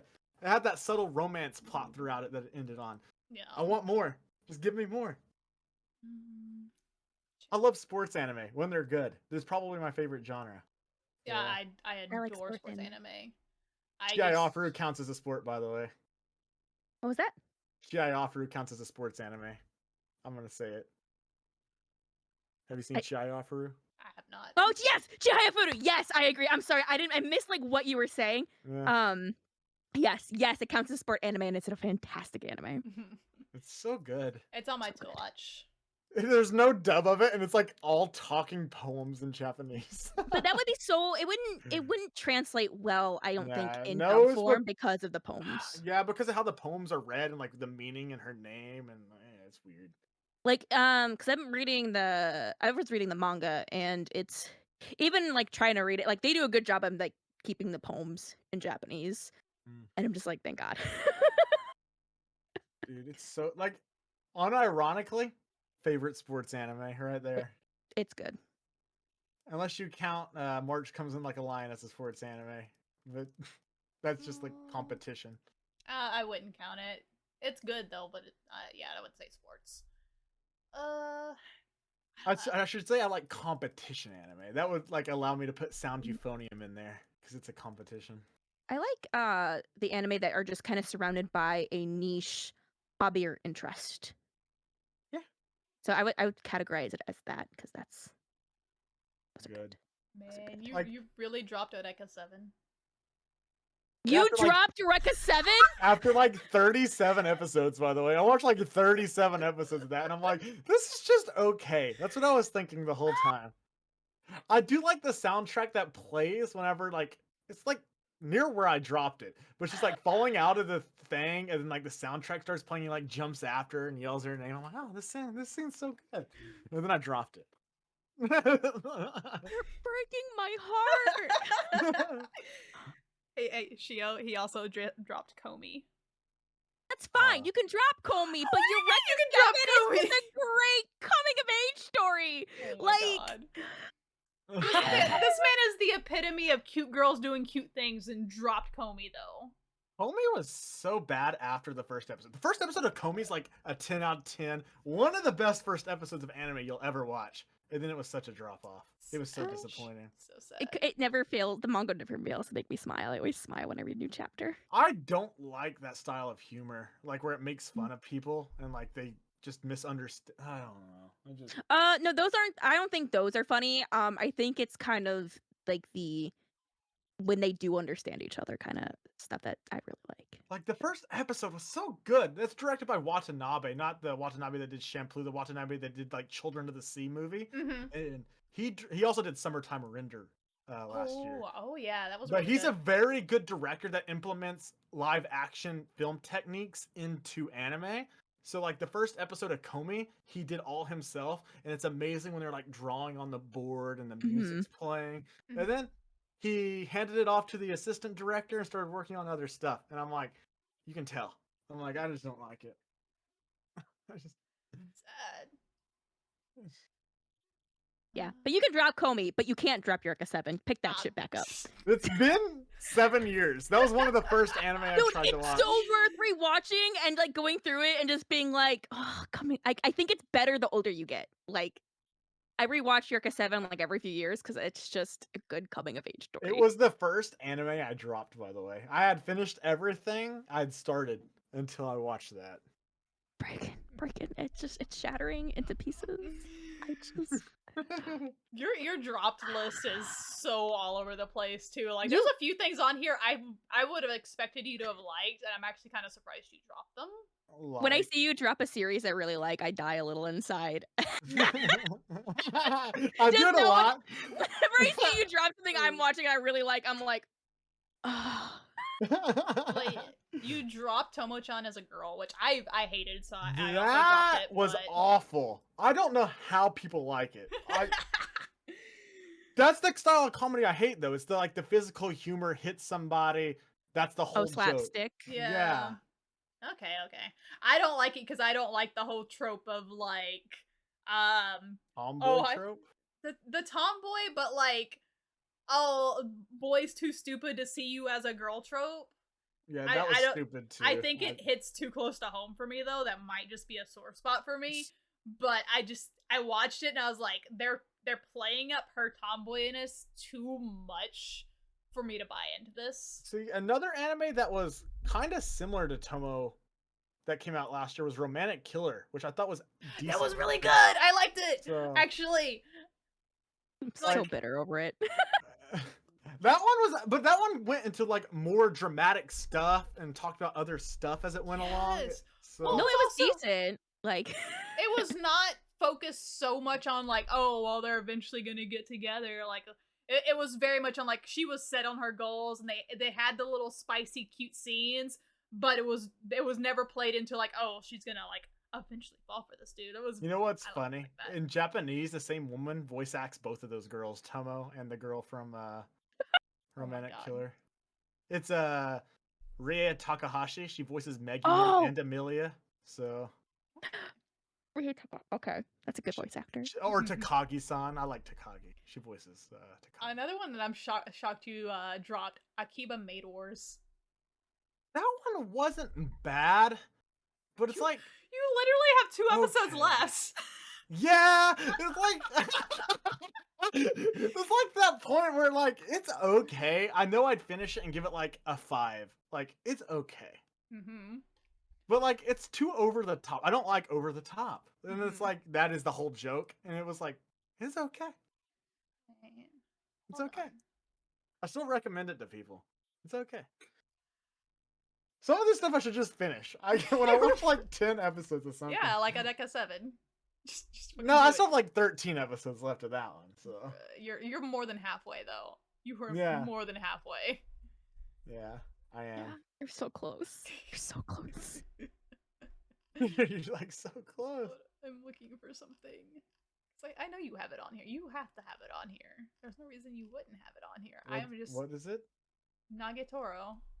Oh, yeah, I didn't watch it. Dude, why is it your freaking profile on your My Anime list and you haven't watched it? What do you mean? I read it. Such a Nagatoro thing to do. Yeah. It's literally his banner on his My Anime list. Oh yeah, I read it. So. Oh, okay. And that My Anime list was before the anime was announced. Okay, okay. I finally watched the first season of it a while back. It's okay. I thought it was cute. It's yeah, it's okay. I also am kind of salty because my favorite VA who announced the manga for it, I thought she was gonna be the VA for the anime, and then she wasn't, and it made me sad. Oh. So, like, you can still find like the manga announcement for it of her like doing the Nagatoro voice, and I'm like, oh, it's gonna be great, and then it wasn't her. And I'm like, ah. She voices Kumiko from Sound Euphonium. She's like my favorite VA. She makes cute little noises. Oh my goodness. This man and his fucking cute girls. I just what tickles me is that you guys were just talking about like death metal earlier, and you're like euphonium, and I'm just like that's just like the polar opposite of that completely. And I've been trying to piece that together this entire time. Like this is the person who recommends euphonium all the time. Shio, it's the Gap Moe. Yeah. I mean, I love a good gap. Don't get me wrong. You should watch Sound Euphonium. It's peak. Best sports anime. Oh my god. It is very good though. Season 3 is gonna be in spring. It's gonna finish it off. Although it goes downhill after the second season. Oh. It's still good, but like I feel like the thematic stuff is wrapped up really well at the end of the second season. And then it's just story stuff about her doing year 2 and year 3. Okay, but I mean, if you're invested, you kind of still want to see that, though. Yeah, I mean, and then Liz and the Bluebird. It's like the best film in existence, and you have to watch the first 2 seasons of Sound Euphonium to watch it. So. As your name highlights in colors every time I see your name pop up on any list. Yeah. Oh my god. Watch Liz Tualtori. I'm trying to spread the word of the word is the bird. The bird is the word. Literally. It's a bluebird. I do need to watch more movies. I just I get so caught up in series, and I watch a lot of longer running shows, so I dislike watching a lot of short 12 episode things. I'm the opposite. I want like 50 episodes or more. Yeah, I do not like long stuff. Anytime it starts getting over 50 episodes, it needs to be like good, like Attack on Titan good to like keep my attention. So, which is as I like to say, there isn't something quite as big as Attack on Titan in the past decade, but yeah, you could say it's colossal. Yep. But apparently that's a hot take, so I shouldn't say it. Attack on Titan is like the most liked thing. Like on my anime list, it's like #1 in popularity. I'm pretty sure. Yeah, it is. All of its seasons are pretty high up in ranking and in like Yeah. Attack on Titan is the only one that's had a big enough community as well to overtake Fullmetal Alchemist Brotherhood multiple times, because a lot of times they things fail because of course the Fullmetal Alchemist Brotherhood fans downvote whatever gets up there, but the Attack on Titan fandom came back hard and was like, no, you know what, we're gonna downvote you, and then my anime was like, that must have been a glitch. It's Sorry. getting ready to happen to Frieren right now because Frieren's #1. Yep. So. Frieren is very good though. Like my favorite anime in like the last 5 years. I love Frieren. If you ever need a reason for me to further put it back on hold, Wormy just solidified it. It's so good. Like, it's so well produced. Evan Call's music. It's the Bocchi the Rock director. Studio Madhouse staff. He's not selling it very well. Go so over the top with everything. Like, people in the background moving, a chicken moving. It's so good. It's so beautiful. Characters are amazing. We're not even to, like, the action parts yet, either. I mean, we did have a few good last episodes, but... we get a tournament arc. Lord. A lot of people hate Frieren after the beginning. What? So, no. Do they really? yeah. They say like the best parts are like the first couple volumes. Then after that, it just turns into a battle shonen, and they don't like it anymore. No. What? Yeah. But it's no. It's still not. There's a battle in it, but it's the focus isn't the battle. Yeah, that's what people say. Well, people don't know how to read.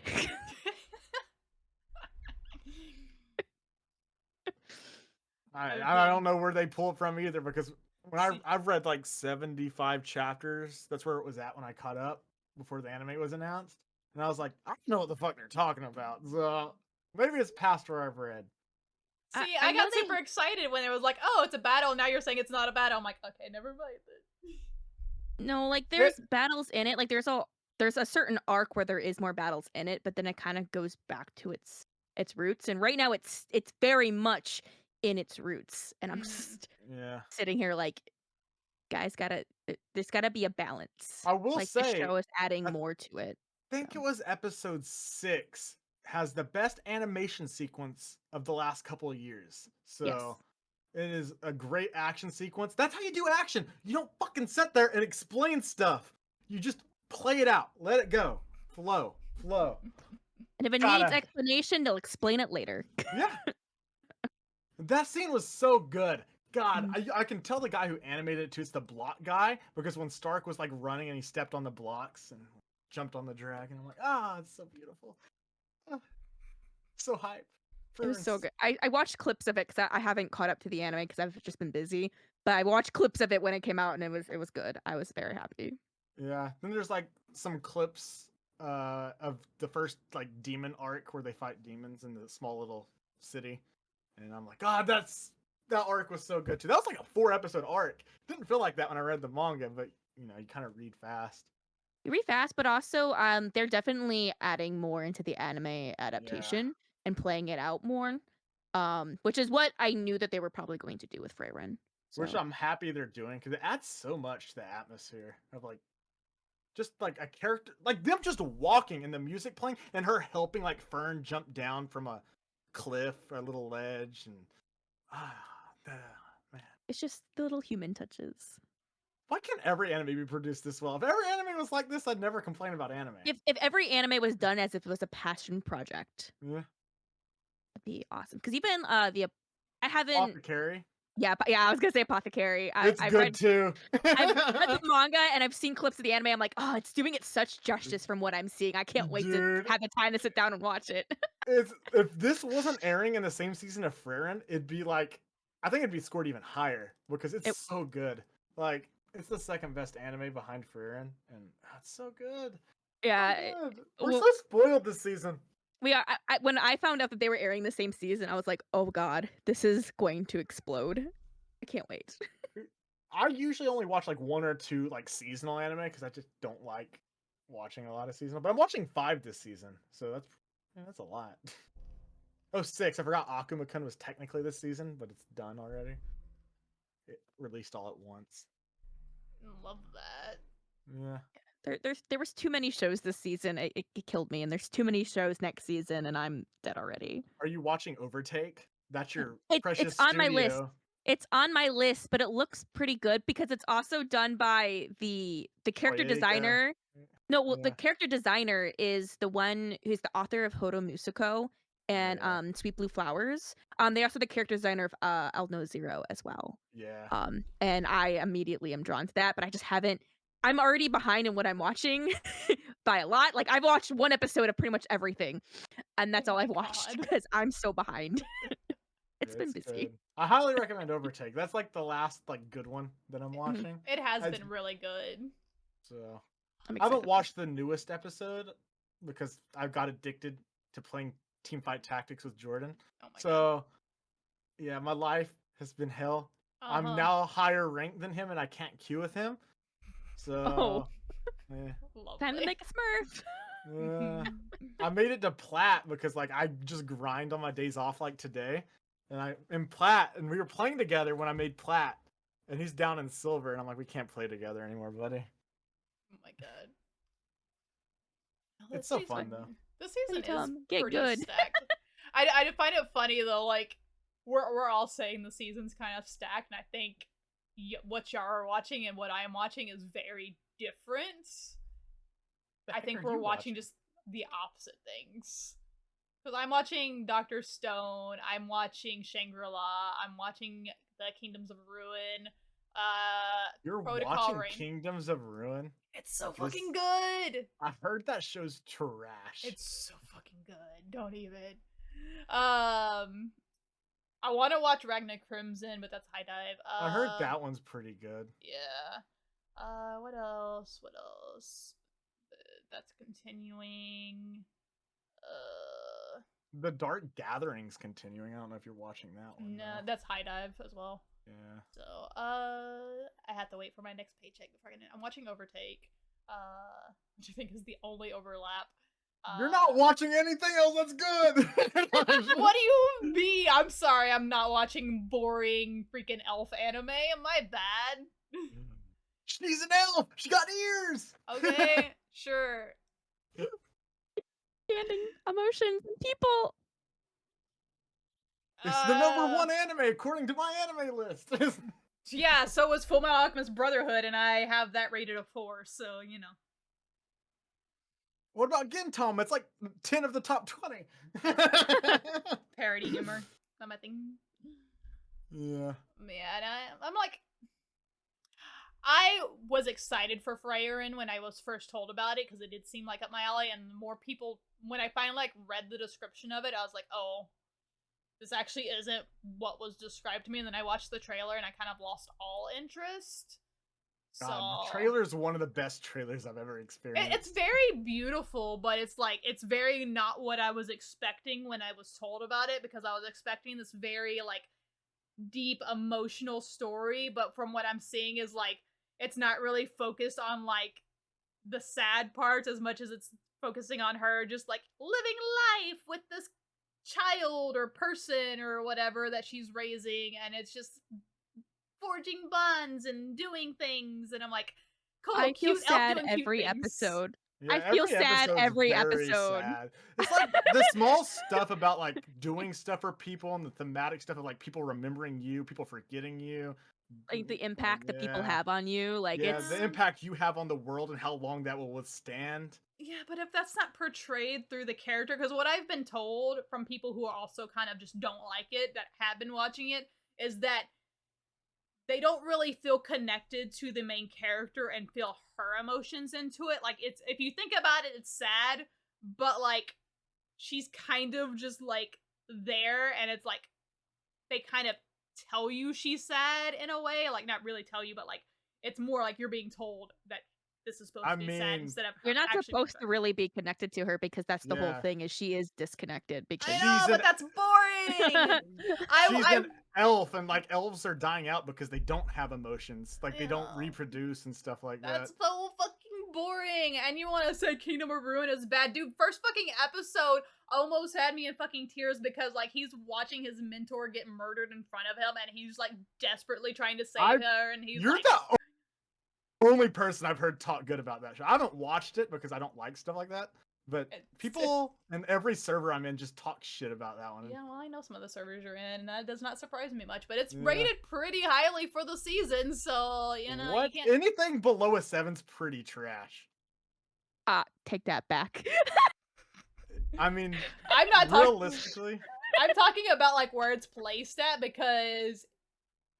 I mean, it's above Overtake, it's above Ragnar Crimson, it's not above those. Yes, it is. I'm on Annie List. It's like a 65 on Annie Annie List is fucking trash because it has 2 different rating systems, and people do not process a 100 scale rating system versus a point system to 10. So I never take Annie List rating system seriously because you can't. Yeah, actually, Annie List rating system's better than my Anime List rating system because of the 2-point rating system. Because there's a difference between mean and average in statistics. They're not the same thing. I'm aware of that, but if you don't have more than one point scale, because the thing is, if they just had the point scale, that'd be fine. If they just had the 1 to the 100 scale, that'd be fine. But if you're going to do 2 different scales, and people can choose which one they want to use, the people don't register those numbers the same way.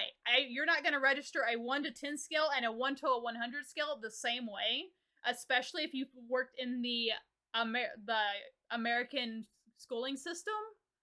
At least in an average household. Get registered the same way though. Everything's on a 100-point system, even if you read out a 10.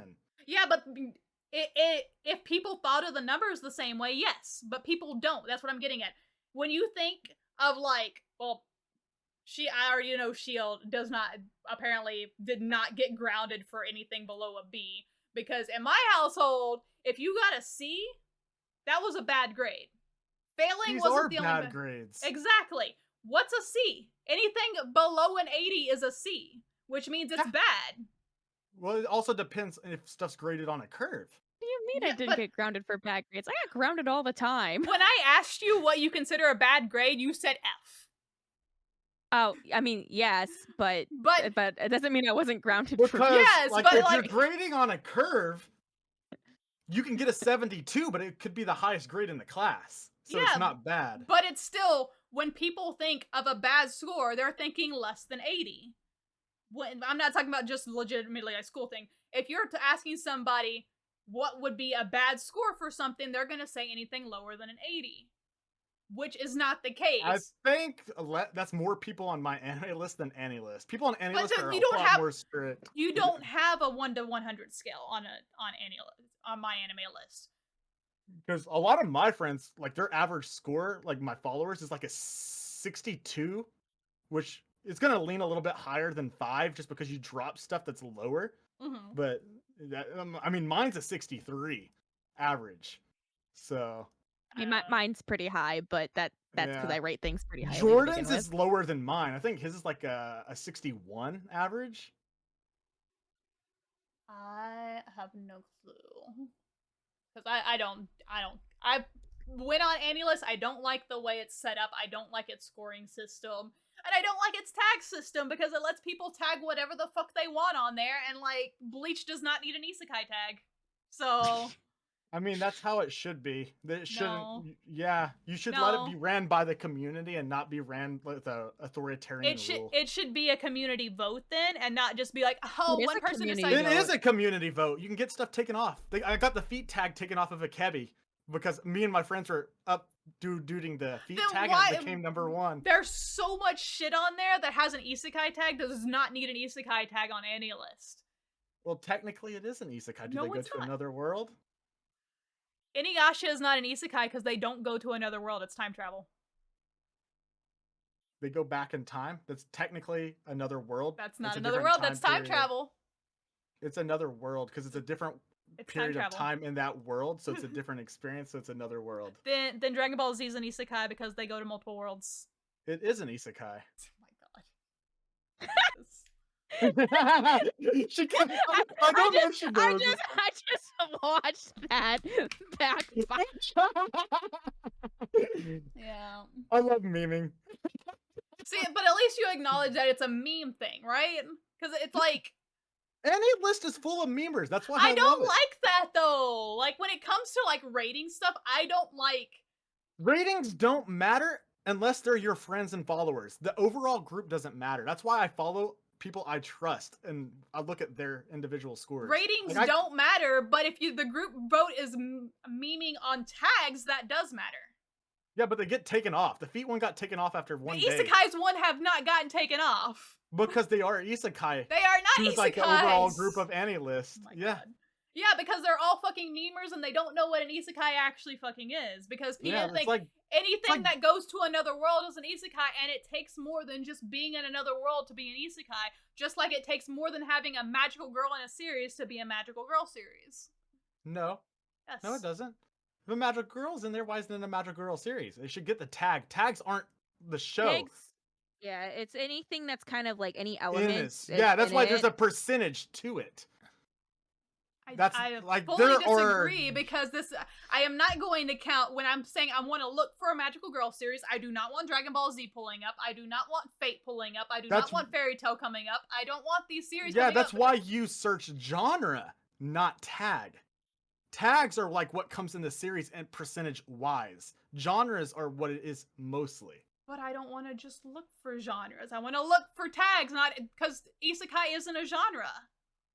It is on any list. It's not supposed to be. But it's a tag. I didn't think it was a genre. I would not think of isekai as a genre. Like there's demographics, genres, and I like the way AniList has it. My anime list has it with they have it listed as themes because I think themes fits a lot better. The only thing I like not better about any list is the staff stuff is a lot better. Yeah. You mean my like if I want music information, I go to my anime list or Anime News Network, but I try to avoid Anime News Network because I don't like Anime News Network. Yeah. So well, now that like my anime list now has a way to view your own anime stats, which is the only thing I use AniList for, which was to see like my percentages of like what shows I watch of different genres. My anime list now has that, so I no longer need AniList because that was the only thing I liked about AniList. Because I don't like the system of the tags. I'm okay if you want to keep it in there as a sub thing, but if you're going to have genres being separate, I think themes should also be a separate thing. And I think if people want to look up things by genre and themes, and then also look up by fan community tag voting bullshit, they can, but I think that still needs to be separated. Because again, I don't think isekais and magical girls qualify as a genre, because it doesn't. It's very much more in line with what a theme is, in my opinion.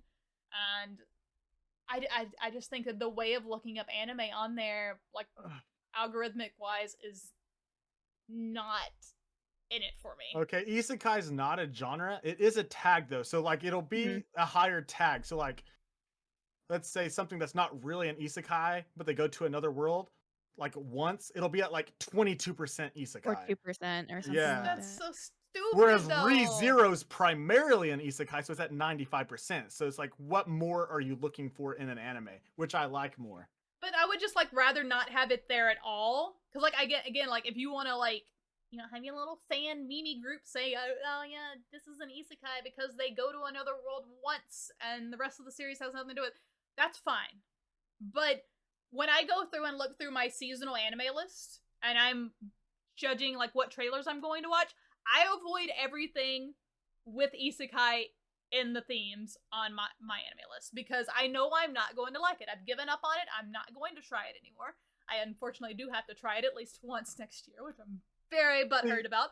But yeah, like I'm on AniList Steins Gate page right now. The top tag is time manipulation, which that's what the show is. Yeah. But if I go down, you get to like tsundere, 67%. There's a tsundere in the show, and she's in it for most of the show, so 67%. But the fact Gender that bender. The fact that I have to go into the page to actually look at that, like I would like to be able to see these things as a overall view. I would like to be able like, oh, I feel like watching a romance show, and I would like to be able to just click the romance tag and then see all the romance shows on here, and then they all be like, these are pretty heavily romance animes.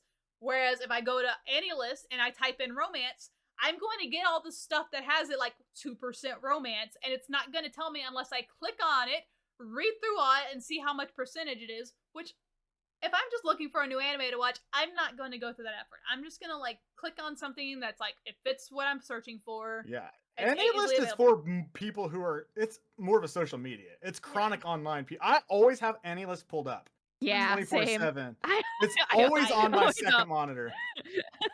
I could not. Like when I'm watching anime, I will pause it, look over to my other monitor, and look up stuff because I'm on the page already. Yeah. Yeah, I'll watch an episode, immediately update my list, and then I'll immediately move on to the next episode.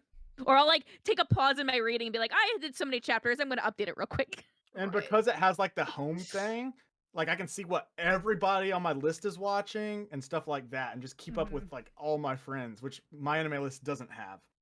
Which I don't really care about that aspect. I generally talk to my friends to figure out what they're watching. I will also say for the stat giving thing, because I'm comparing the two now that I have them both pulled up, because they both have it, and it's separated differently. Of like, okay, I can see my top watched categories and everything. My categories order and percentages are so vastly different between the two sites, and I can feel like the My Anime List one is definitely more accurate, because not only is the percentage seem like it's more right, like the order of things is, it tells me the exact count of the number of animes I have watched that have this genre in it. It tells me the percentage. It tells me my average score for it.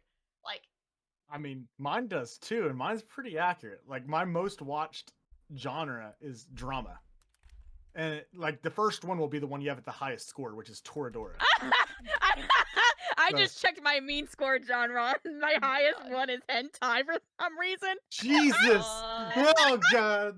Well, there's only 2 in the category. You score hentai? What? Wow. Want to guess what my highest scored one is? Which this I can see where you're coming from, because I don't like this genre, but the anime that are in this genre that are good are really good. So it's a Magical Girl. Yeah. But the 9 Magical Girl shows I've watched, they have a mean score of 80. So, but it's like Madoka Magica, Princess Tutu, and stuff like that. Yeah. See, what like Sympho Gear. My genre and themes on my anime list are so different than AniList, and it's like it's almost night and day on this. I wish I could get to it on my anime list, but it has this 90s fucking website.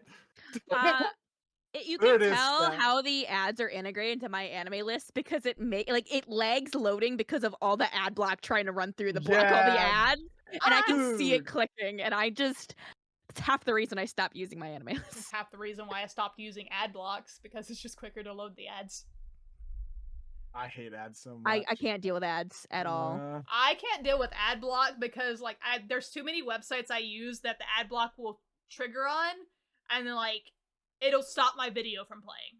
Like if there's supposed to be an ad there, it'll all of a sudden my video will crash because the ad block stopped it, and I have to refresh the page. I'm like, usually if that happens, I'll just like unblock it on the site for temporarily. Yeah, but I have to do that all the fucking time for Hulu, and I'm like, I don't want to deal with this on Hulu all the fucking time. All on Hulu. Oh, then again, I also subscribe. Never mind. Yeah. That makes sense.